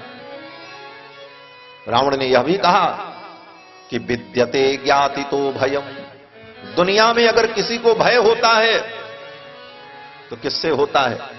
तो रावण ने कहा ज्ञातितो भयम, अपने ज्ञाति से ही भय होता है। ज्ञाति माने बांधव, अपने रिश्तेदार, अपने सगे संबंधी जो आस पड़ोस के हैं, जो आपके अंतरंग हैं, कभी भी आपको भय होगा तो उन्हीं से होगा, क्योंकि आपकी सारी सीक्रेट बात वही जानते हैं। वो जब आपके विपक्ष में खड़े होंगे तभी आपका विनाश संभव है। इसलिए जब कभी भी भय होता है तो अपनों से ही होता है। बड़ी सुंदर कथा रामायण जी सुनाते हैं। एक आदमी कुल्हाड़ी लेकर के लोहे की चला जंगल काटने के लिए। जंगल के पेड़ों ने आपस में वार्ता की, अरे कुल्हाड़ी लेकर के लकड़हारा आ रहा है, काटेगा। पेड़ों ने कहा, देखो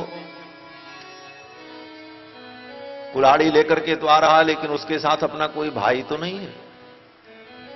तो पेड़ों ने कहा, हां, उसमें लकड़ी का बेंट लगा हुआ है। तो जंगल के सभी वृक्ष रो पड़े, बोले अब हम काटे जाएंगे। अगर लकड़ी का बेंट न लगा होता तो उस कुल्हाड़ी से जंगल न कटता। जंगल को काटने में उसी का ही एक अंग सहायक बना। तो कहने का तात्पर्य कि कभी भी भय होता है तो अपने ज्ञातियों से ही होता है। रावण ने यही कहा कि विद्यते गोसु संपन्नम विद्यते ज्ञातितो भयम, और विद्यते स्त्रीसु चापल्यम, यह भी रावण ने कहा उसी श्लोक में कि स्त्रियों के अंदर चपलता ये सहज होती है, चंचलता सहज होती है, बुद्धि की स्थिरता नहीं रहती, चंचल बुद्धि होती है। और फिर उसी पंक्ति में आगे रावण ने यह भी कहा, विद्यते ब्राह्मणे तपः, और तपस्या ब्राह्मण में होगी। अगर ब्राह्मण होगा शुद्ध पवित्र तो निश्चित उसके जीवन में तप होगा, और जिसकी उत्पत्ति में ही संदेह होगा उसके जीवन में तप नहीं होगा, क्योंकि ब्राह्मण तो तप मूर्ति। तो ये बातें रावण ने कही। रावणा नीतिज्ञ रावण, वेदज्ञ, और रावण ने जाना कि परब्रह्म परमात्मा सच्चिदानंद रघुनंदन के रूप में प्रकट हैं, और उनके साथ जो उनकी पत्नी है सीता, वो साक्षात महालक्ष्मी। राघवत्वे भवत सीता रुक्मिणी कृष्ण जन्मनि, अन्येष्वतारेषु विष्णुरेशान पायिनी, देवत्वे देवदेहेयम मनुष्यत्वे च मानुषी। भगवान नारायण जब मनुष्य बनते हैं तो भगवती मानुषी बनकर के प्रकट होती हैं। ये रावण को मालूम। तो रावण ने विचार किया कि वेदों में जिन लक्ष्मी के वैभव का वर्णन है, हिरण्यवर्णाम हरणीम सुवर्ण रजतस्रजाम चंद्राम हिरण्यमयीम लक्ष्मीम जात वेदो म आवह, जिन भगवती लक्ष्मी का वेदों में आवाहन किया जाता है, हे लक्ष्मी आप मेरे घर पधारो। अभी दीप मालिका आएगी, लोग लक्ष्मी को बुलाएंगे कि लक्ष्मी जी आओ। और लक्ष्मी जी का नाम क्या कहा वेदों ने? बोले हरिणीम, वो हरिणी। हरिणी माने हरिप्रिया है, भगवान की प्रिया है, इसलिए हरिणीम। और हेममालिनी, लक्ष्मी जी का ही एक नाम है हेममालिनी। यही नमोवा वो फिल्म के हीरोइनिया के बाद, लेकिन लोग उसको बिगाड़ करके हेमा मालिनी कहते। नमोवा हेम मालिनी। हेम माने स्वर्ण, स्वर्ण की माला पहनने वाली भगवती लक्ष्मी का नाम है हेम मालिनी। हिरण्यवर्णाम हरिणीम स्वर्ण रजतस्रजाम चंद्राम हिरण्यमयीम लक्ष्मीम जात वेदो मावह। तो वेदों का अध्ययन तो रावण ने भी किया था। रावण जान रहा है कि ये भगवती सीता साक्षात महालक्ष्मी है, पराम्बा है, और लक्ष्मी जिसको प्राप्त होती हैं उसी को सारे सद्गुण प्राप्त होते हैं। ये सिद्धांत भी। कितनों बड़े आप विद्वान और ज्ञानी और बुद्धिमान बने रहो, और रुपया पैसा नहीं है, फटक चंद गिरधारी न लोटा न थारी, तो कोई नहीं पूछेगा, सब धरे रहो अपने विद्या। अगर धन है, आचार्य भर्तृहरि कहते हैं कि यस्यास्ति वित्तम स नरः कुलीनः, जिसके पास वित्त है वही कुलीन होता है। उसके मां बाप की उत्पत्ति और उसके खानदान का दोष कोई नहीं देखता। आज रुपया पैसा है तो बड़े बड़े नेता चाहे अंतरजातीय विवाह करके संतान पैदा करें, चाहे विजातीय विवाह करके संतान पैदा करें, कभी कोई उस विषय पर विचार नहीं करता, क्योंकि उनके पास वैभव है। तो यस्यास्ति वित्तम स नरः कुलीनः, वही कुलीन मान लिया जाता, बड़ा अच्छा कुल है, चाहे उसका खानदान वर्ण संकर ही क्यों न हो। जैसे भारत में ही देख लो, राहुल गांधी का खानदान घोर वर्ण संकर, न हिंदू न मुसलमान न ब्राह्मण न क्षत्रिय न ईसाई न कृष्ण, कोई भी निर्धारण नहीं कर सकता कि इसका धर्म क्या है। लेकिन कुलीन है, भारत की सत्ता को पाने के लिए व्याकुल है और उसको भी फॉलो करने वाले लोग विद्यमान हैं। कारण है कि पैसा है, धन है, पद प्रतिष्ठा। तो यस्यास्ति वित्तम सनरक कुलीनः सएव वक्ता, वो वक्ता है, उसको भी सुनने के लिए 50,000 आदमी आते हैं, जो कि मशीन से आलू पैदा करता है। कितनी कितनी बातें उसके विषय में कही जाती हैं, आप सुनते ही, लेकिन उसको भी सुनते हैं। क्यों? बोले उसको भी वक्ता मान लिया। यस्यास्ति वित्तम सनरक कुलीनः सएव वक्ता सच दर्शनीय, वो दर्शनीय हो जाता, उसको देखने के लिए लोग दौड़ते। यस्यास्ति वित्तम सनरक कुलीनः सएव वक्ता सच दर्शनीय। आगे भर्तृहरि ने कहा सर्वे गुणाः कांचनमाश्रयन्। बड़ी भगवती लक्ष्मी की कृपा बड़ी अद्भुत। सशीलः सश्रुतवान गुणज्ञः। पराशर महर्षि कहते हैं अगर लक्ष्मी जी की कृपा हो जाए तो वही शीलवान गुणज्ञ और सब कुछ मान लिया जाता है। तो लक्ष्मी की भी अपनी अभूतपूर्व महिमा है, हजारों दोषों को आच्छादित कर देती हैं भगवती महालक्ष्मी कृपा करके। तो रावण जानता है कि लक्ष्मी जी की कृपा हो जाए और साक्षात लक्ष्मी सीता हैं, ये मेरे यहां आ जाएं तो मेरे लंका का वैभव और 4 गुना बढ़ जाए। स्वर्णमयी लंका जो है वो दिव्य हो जाए, इसकी दिव्यता और बढ़ जाए, जो ऐश्वर्य स्वर्ग में नहीं है वो मेरे पास हो जाए। ये सोच करके रावण ने सीता जी को प्राप्त करने का उपाय किया। और रावण ने किया क्या? बोले चतुराई की।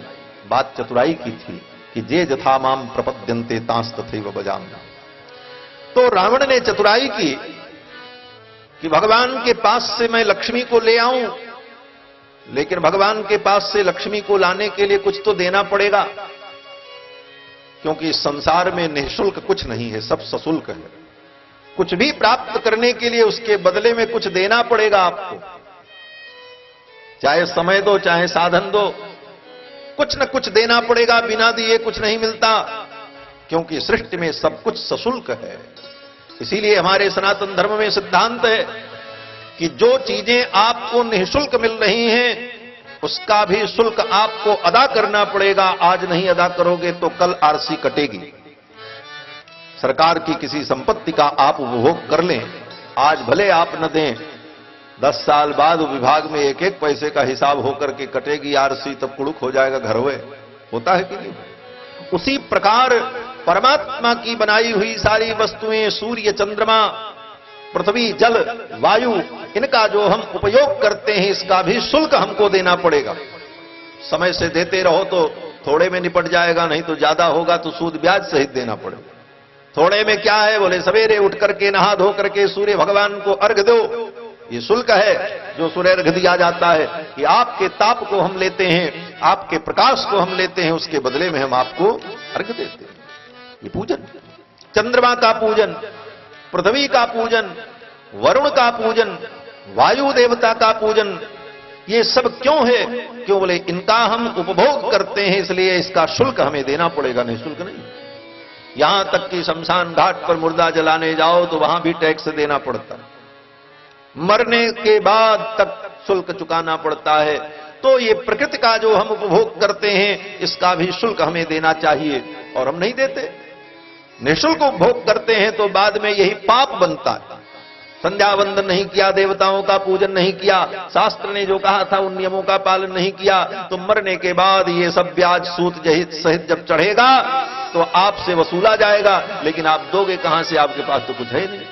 बोले तो जब सरकारी पैसा आप गबन करोगे, नहीं दे पाओगे, तब क्या होगा? बोले उठा जेल में डाला जाएगा, तब वही नरक है, तब नरक में जाना पड़ेगा। यही विधान है। तो रावण ने भी विचार किया कि लक्ष्मी जी को मैं प्राप्त करूं तो इसके बदले में उनको क्या दूं? बिना दिए बिना शुल्क के कुछ मिलेगा नहीं, कुछ तो देना ही पड़ेगा। लेकिन कभी कभी लोग सरकार की संपत्ति का उपभोग करने के लिए थोड़ा देकर के ज्यादा जब लेना चाहते हैं, चतुराई करते हैं। बड़ी बड़ी जमीन जायदाद लिखाई, उसको कम बताया, स्टाम्प चोरी की, और बाद में पता चला तो सब लेने के देने पड़ते, सूद ब्याज सहित जाता है। उसी प्रकार रावण ने भी चतुराई की कि साक्षात लक्ष्मी को प्राप्त करने के लिए, महालक्ष्मी को प्राप्त करने के लिए मैं भगवान को सोने का मृग भेंट करूं। और रावण ने कांचन मृग तैयार किया माया के द्वारा। मारीच से कहा, मारीच सुंदर माया मृग बन गया और मारीच को लेकर के गया भगवान जान गए।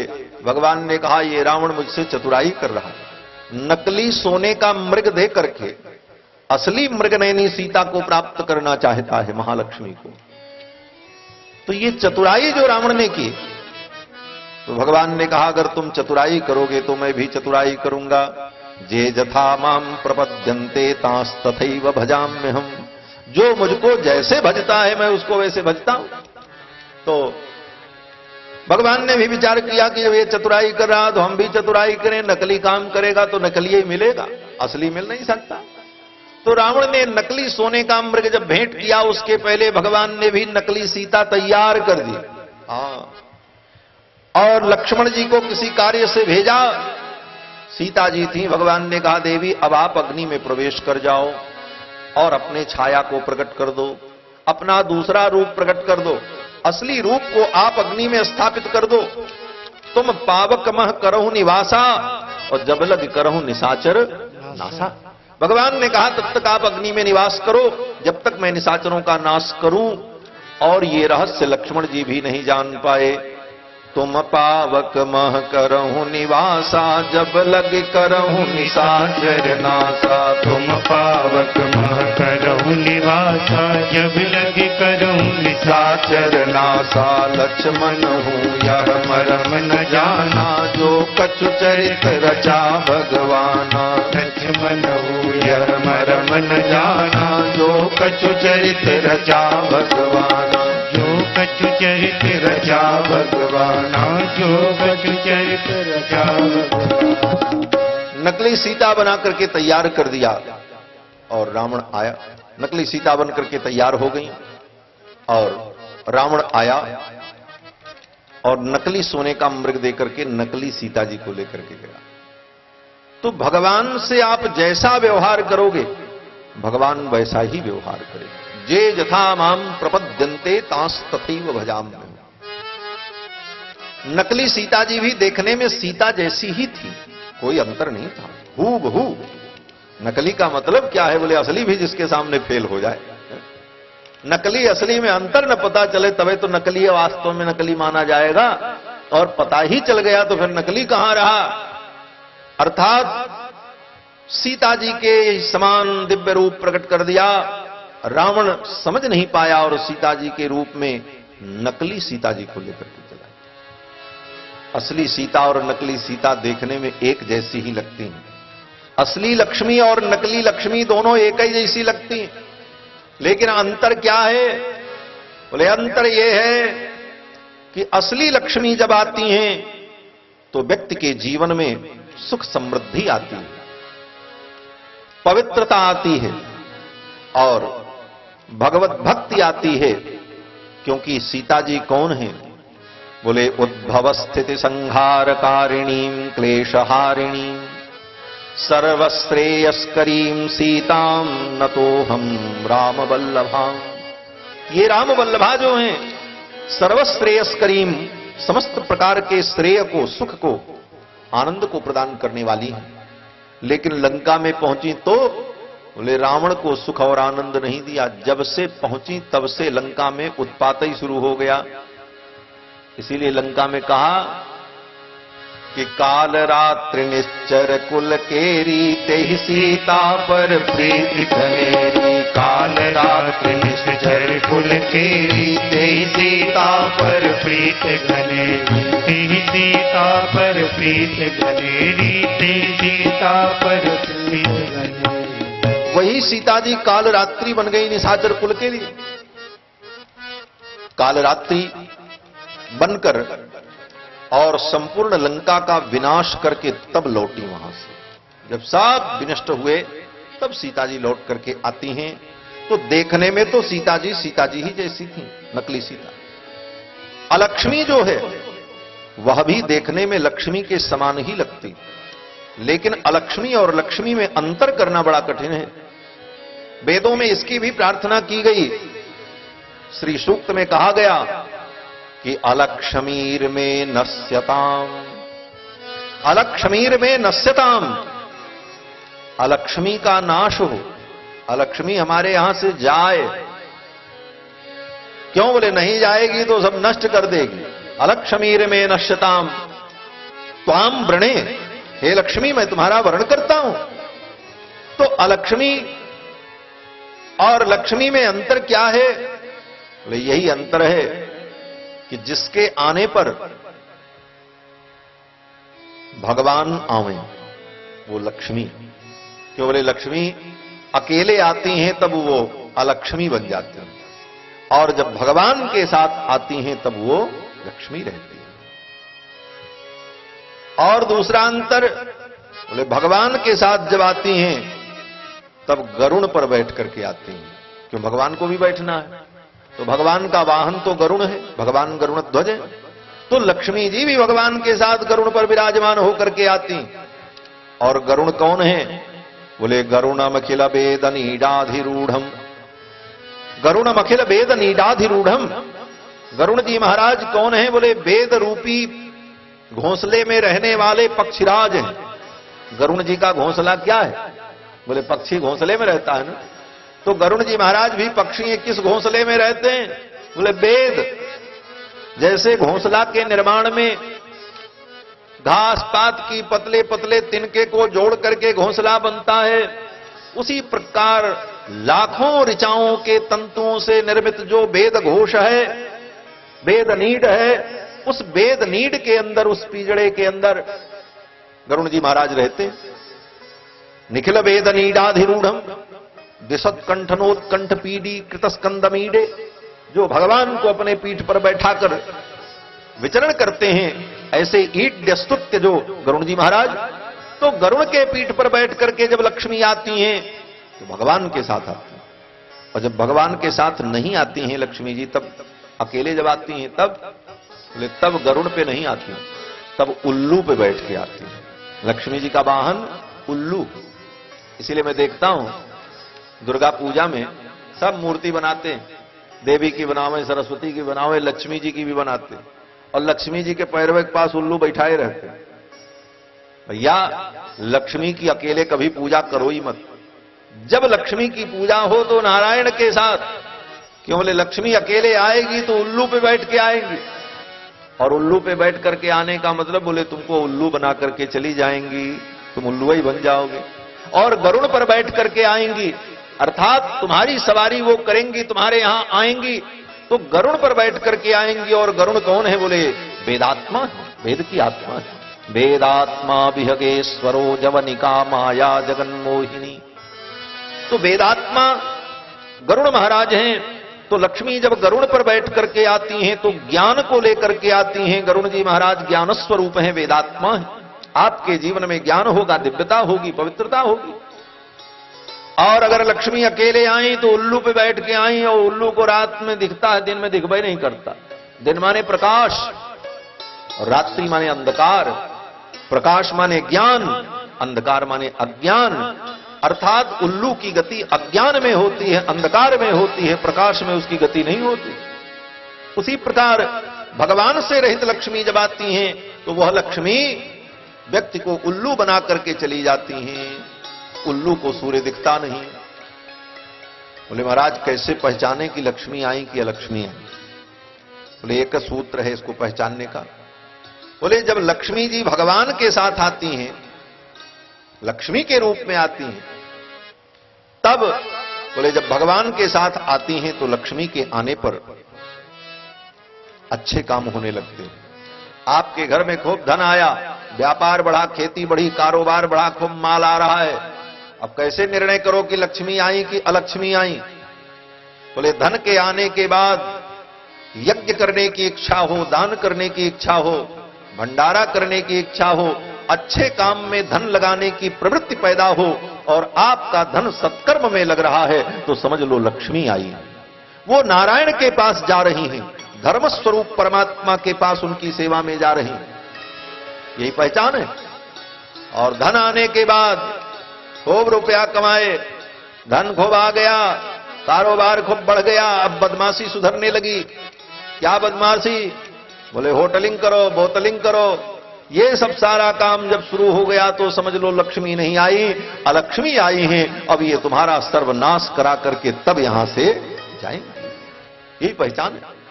तो लक्ष्मी जी को प्राप्त करने के लिए रावण ने नकली सोने का मृग भेंट किया, तो भगवान ने कहा तुम मेरे साथ चतुराई कर रहे हो तो मैं भी चतुराई करूंगा। भगवान तो परम चतुर शिरोमणि, भगवान से चतुराई मत करो। अगर चतुर बनना ही है तो वास्तव में चतुरता क्या है पहले ये जानो। चतुरता कहते किसको? लोग कहते महाराज हम बड़े चतुर हैं, बड़े बुद्धिमान हैं, लेकिन आचार्यों ने कहा कि संसार में लोगों को अपनी बुद्धिमानी से अपने वश में करके, उनको अपने अनुकूल करके धन संपत्ति वैभव कमा लेना, ये चतुराई नहीं है।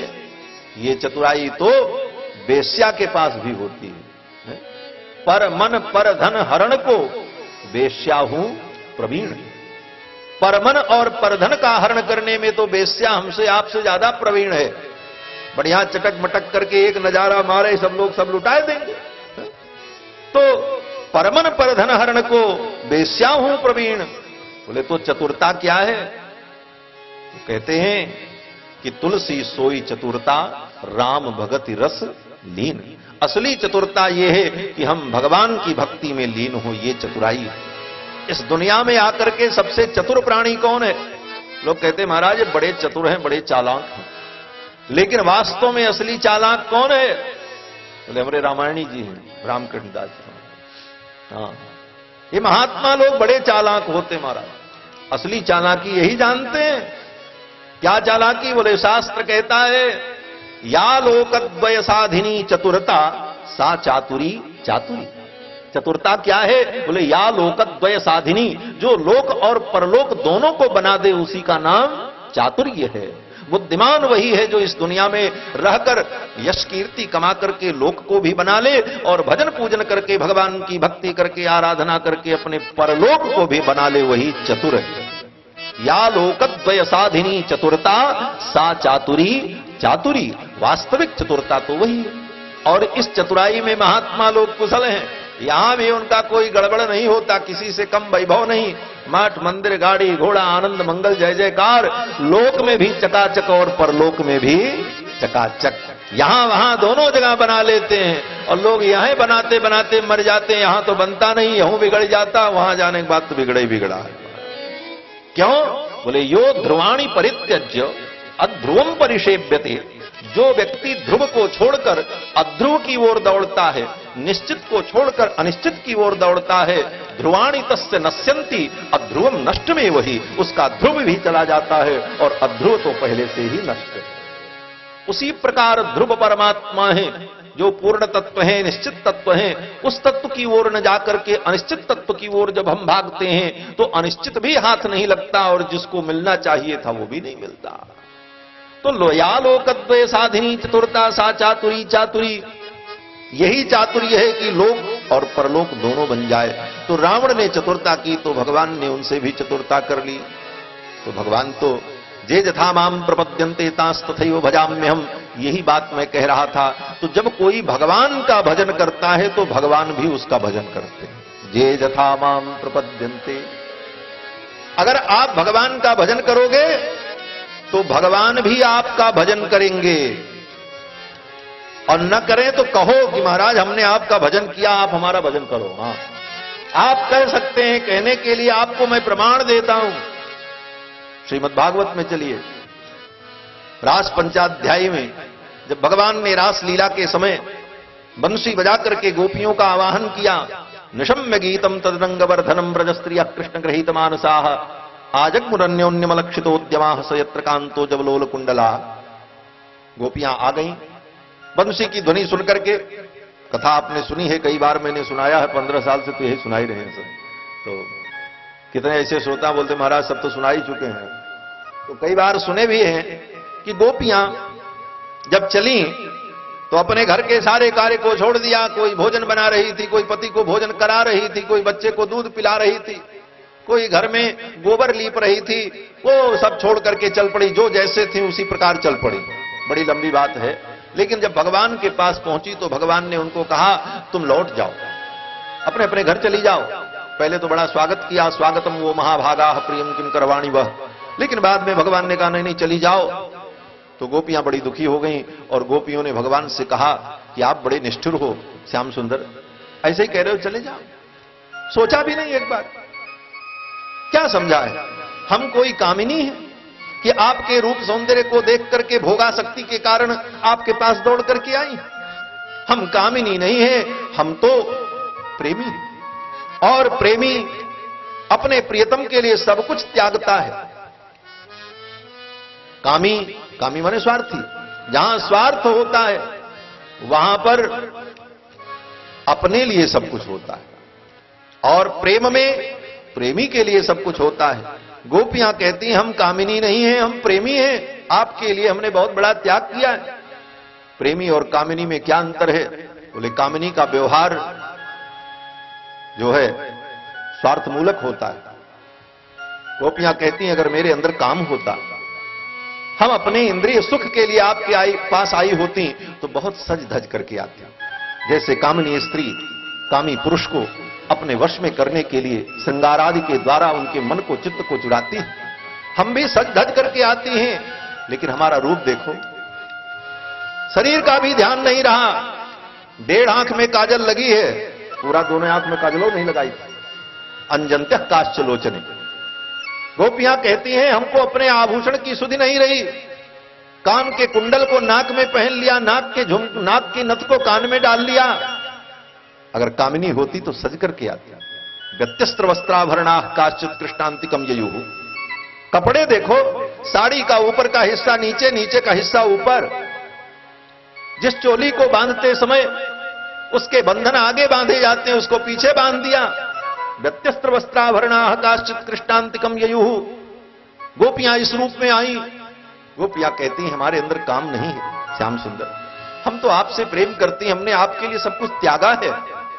देखो 1.5 आंख में काजल लगाया, इतना बचा अभी हाथ ही में लगा, देख लो, कहो तो तुम्हारे मुंह में पोत दे।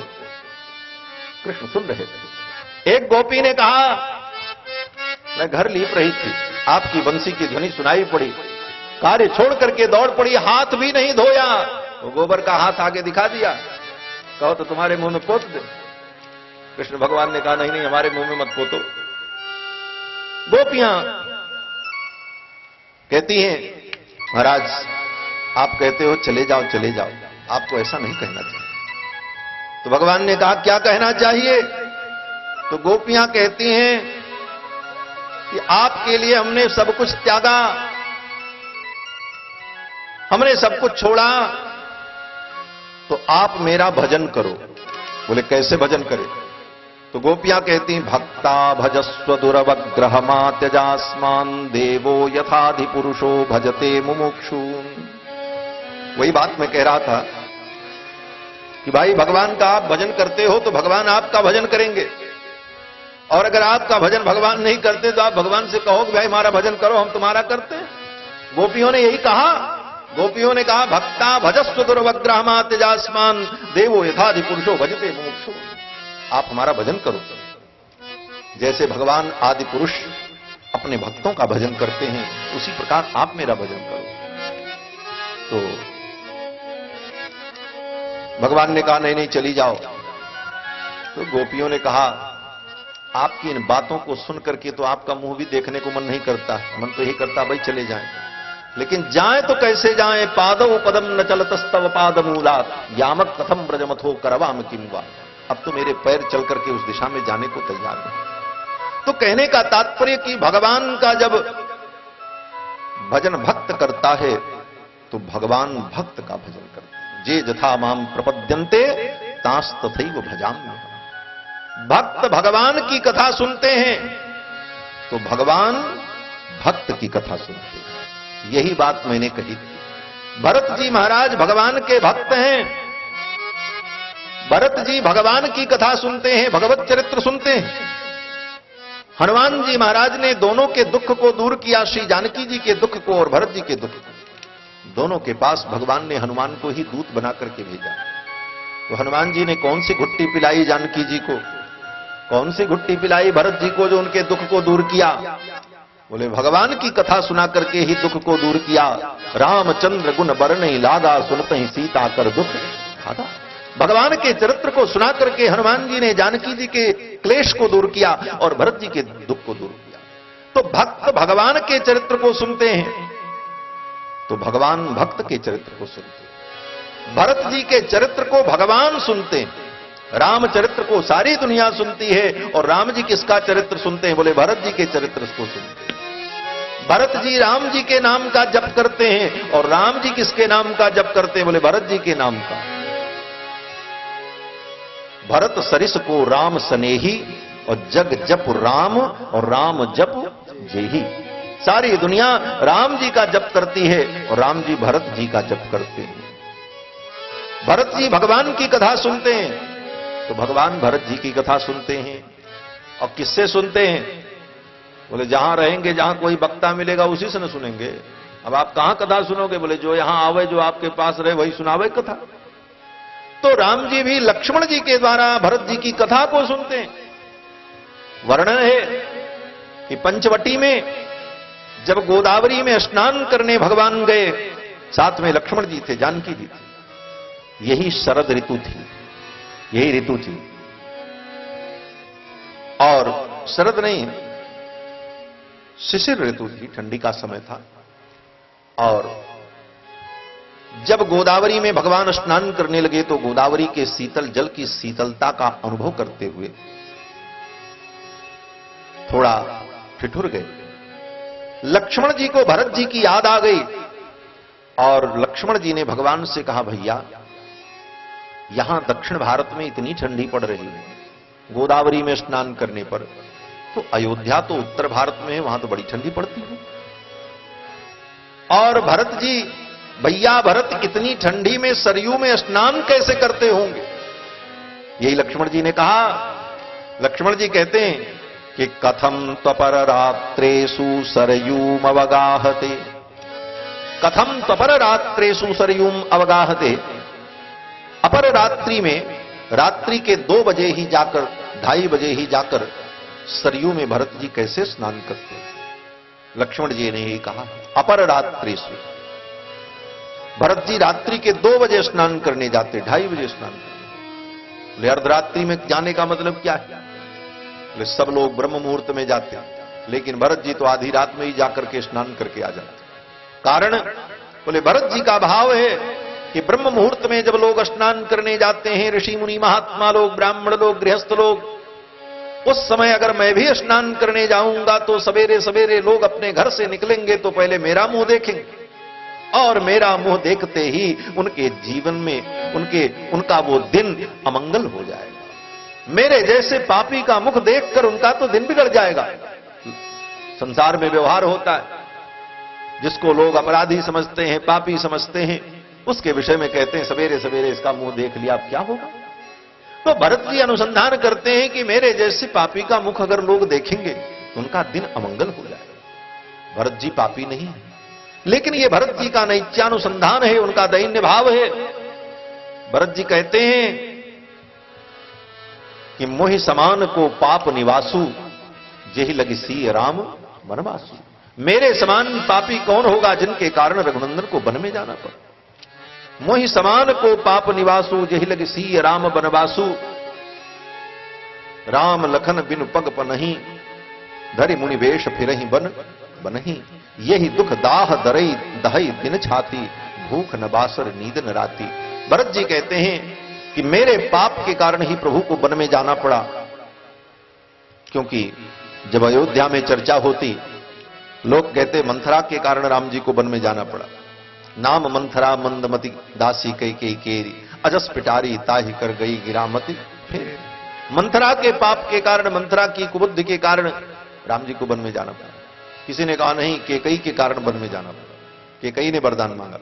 तीसरे ने कहा नहीं, दशरथ जी ने वरदान दिया, दशरथ जी चाहते तो ऐसा न होता, दशरथ जी के कारण राम जी वन में गए। कुछ लोगों ने कहा न केकई न मंथरा न दशरथ जी, राम जी स्वयं अपने वनगमन में कारण है। बोले वो कारण क्यों है? बोले वो गए क्यों? उन्होंने कोई अपराध तो किया नहीं। उनको इसका प्रतिवाद करना चाहिए था, प्रश्न करना चाहिए था कि निरपराध को आप वन में क्यों भेज रहे हैं। लेकिन राम जी ने एक बार भी नहीं पूछा, चले गए। तो दोस्त राम जी का। लेकिन जब भरत जी से पूछा गया कि राम जी के वनगमन में दोषी कौन है, तो भरत जी कहते हैं किसी का दोष नहीं, न मंथराया न च मातुरस्य, न मंथरा का दोष है न मां केकई का दोष है। दोषो न राज्ञो न च राघवस्य, न दशरथ जी का दोष है न रघुनंदन का दोष है। बोले फिर किसका दोष है? भरत जी कहते हैं मत पाप में वात्र निदानमासीत वन प्रवेशे रघुनंदनस्य, मेरा पाप ही रघुनंदन के वन गमन का कारण। मोहि समान को पाप निवासु, जेहि लगी सी राम वनवासु। तो भरत जी सोचते हैं कि मैं प्रातः काल अगर स्नान करने जाऊं तो मुझ पापी का मुख देख करके लोगों का दिन अमंगल हो जाए। इसलिए भरत जी अपना मुख किसी को दिखाना नहीं चाहते। रात्रि में, अर्धरात्रि में जाकर के सरयू में स्नान करते हैं। ये बात लक्ष्मण जी को मालूम है और लक्ष्मण जी भगवान से कहते हैं गोदावरी के तट पर पंचवटी में कि कथम तपर रात्रेषु सरयूम अवगाहते, भैया भरत इस ठंडी के दिन में अर्धरात्रि में सरयू में कैसे स्नान करते? इतना कहते कहते लक्ष्मण जी के मुख से एक बात निकल गई। जब व्यक्ति अधिक बोलता है ना तो कुछ चीज न चाह करके भी उससे बोला जाता है। ये बहुत कम ऐसा होता है कि अधिक बोलने वाले के अंदर कोई दोष ना आवे। वैसे लक्ष्मण जी में कोई दोष नहीं है, ये तो प्रसंग बस मैं कह रहा हूं। अत्यधिक बोलने वालों से कुछ न कुछ गलती हो ही जाती है। अत्यधिक बोलने वाला व्यक्ति कहीं न कहीं अपनी प्रशंसा करता है। अत्यधिक बोलने वाला व्यक्ति न चाह करके भी दूसरे की निंदा करता है। अत्यधिक बोलने वाला व्यक्ति न चाह करके भी झूठ बोलता है। ये स्वाभाविक होता है। और इतना न हो तब भी कुछ दोष आता है। बोले जो अंगगत विकार होते हैं उसको वाल्मीकि रामायण में भगवान श्री राम ने कहा है क्या? बोले जो नहीं होना चाहिए ऐसी एक्टिविटी होती उसको भी दोष माना गया। बहुत लोग बोलेंगे तो अच्छी भी बात बोलते रहेंगे लेकिन बार बार आंख चमकाते रहेंगे, ऐसे ऐसे करते रहेंगे। ये सब असामान्यता, यह भी दोष माना है। कोई भी बात कहना तो उसमें एक शब्द बार बार बोलते रहना। हाँ तो भैया समझे कि नहीं समझे? सब समझा रहे हैं, बार बार कह रहे हैं समझे कि नहीं समझे? तो ऐसे तकिया कलाम का प्रयोग करना, ये सब बहुत बोलने वालों की गलतियां होती हैं। क्योंकि हनुमान जी महाराज जब भगवान के पास आए तो हनुमान जी ने बहुत देर तक भगवान से बात की लेकिन हनुमान जी से कोई गलती नहीं। भगवान बड़े प्रसन्न हुए। लक्ष्मण जी से कहा लक्ष्मण ये बड़े बुद्धिमान लगते हैं, इतनी देर तक इन्होंने बात किया लेकिन इनसे कोई गलती नहीं भाई। राम जी जैसे परीक्षक बैठे हो और गलती न पकड़ी जाए तो गलती हुई नहीं तो पकड़ी कहां से जाए? तो राम जी क्या कहते हैं? बोले बहुव्याहर्तानेन न किंचित अपशब्दितम, इतनी देर तक बात करने के बाद भी इनके मुख से कोई अपशब्द नहीं निकला। इसका मतलब बोले ऐसा बोलने वाला कौन हो सकता है? बोले ना ऋग्वेद विनीतस्य ना यजुर्वेद धारिणः, जिसने ऋग्वेद न पढ़ा हो, जिसने यजुर्वेद न पढ़ा हो, जिसने सामवेद न पढ़ा हो और जिसने व्याकरण शास्त्र का कई बार गहन अध्ययन न किया हो, वह व्यक्ति ऐसा संभाषण नहीं कर सकता। ये प्रमाण पत्र भगवान ने हनुमान जी को दिया। तो बहुत बोलने पर कभी कभी कुछ ज्यादा निकल ही जाता है। ये बात अलग है कि हनुमान जी महाराज अपवाद स्वरूप हैं। तो लक्ष्मण जी महाराज भी बोल रहे थे तो बोलते बोलते लक्ष्मण जी एक बात कह गए। कर रहे थे भरत जी की प्रशंसा और भरत जी की प्रशंसा करते करते कथम तो बररात्रेषु सरयूम अवगाहते, ऐसा कहते कहते भरत जी के मुख से निकल लक्ष्मण जी के मुख से यह निकला कि भैया भरत ने संसार की उस लोकोक्ति को मिथ्या कर दिया। कौन सी लोकोक्ति? बोले संसार में एक लोकोक्ति है। लोकोक्ति माने कहावत, एक मान्यता। बोले क्या मान्यता है संसार में? बोले मान्यता यह है कि बेटा बेटी जो पैदा होते हैं तो बेटा के अंदर मां के अधिकतम गुण आते हैं और बेटी के अंदर पिता के अधिकतम गुण आते हैं। यह मान्यता है, अनादिकाल की मान्यता है। इस मान्यता की चर्चा वाल्मीकि रामायण में महर्षि वाल्मीकि ने की। तो लक्ष्मण जी कह रहे प्रभु ये जो सनातन मान्यता है कि मां के गुण पुत्र में आते हैं और पिता के गुण बेटी में आते हैं, लेकिन भैया भरत के अंदर मां के एक भी गुण नहीं आए। मां के कई के अंदर जो कपट जो चतुराई थी वो भैया भरत में नहीं है। ये कहने का तात्पर्य अर्थात पिताजी के सारे दिव्य गुण भैया भरत में आए, ये लक्ष्मण जी कह रहे हैं। इस कहने में भरत जी की प्रशंसा है, भरत जी की महिमा है, लेकिन सूक्ष्म बुद्धि से विचार करो तो इस कथन में एक काम गड़बड़ भी हो रहा है। बोले क्या गड़बड़ हो रहा है? बोले मां कैकेयी की निंदा हो रही है। भाई भरत जी के कहने का यही तात्पर्य है कि भरत जी को, लक्ष्मण जी का कहने का यही तात्पर्य है कि भरत जी के अंदर मां के कोई गुण नहीं आए, पिता के सारे दिव्य गुण आए, और भरत ने संसार की इस लोकोक्ति को मिथ्या कर दिया कि पिता के गुण बेटी में आते हैं और मां के गुण बेटे में आते हैं। इस लोकोक्ति को भैया भरत ने झूठा कर दिया। इसमें कहीं मां का नाम नहीं लिया, न कोई निंदा के शब्द थे, लेकिन संकेत मां की ओर है कि मां के जो ऐसे अवगुण हैं वो भरत में नहीं आए। एक प्रकार से मां कैकेयी की निंदा हो रही, न चाहकर न समझकर अनजान में लक्ष्मण जी के द्वारा ऐसा हुआ, और भगवान से रहा नहीं गया, और भगवान ने तुरंत लक्ष्मण जी को डांट दिया, लक्ष्मण अगर तुमको बोलना नहीं आता है तो चुप रहो, मेरी मां की निंदा मत करो। नते मध्यमांबा तातो गर्हितव्या कदाचन, मेरी जो मध्यमांबा है, कैकेयी जी मध्यमांबा है, मझली मां है। भगवान कहते हैं नते मध्यमांबा तातो गर्हितव्या कदाचन, मेरी मध्यमांबा की तुम निंदा मत करो, उनकी आलोचना मत करो। लक्ष्मण जी को डांट दिया। और इतना कहने के बाद भगवान श्री राम ने कहा, लक्ष्मण तुम मेरे परम प्रिय भाई भरत की कथा सुनाओ।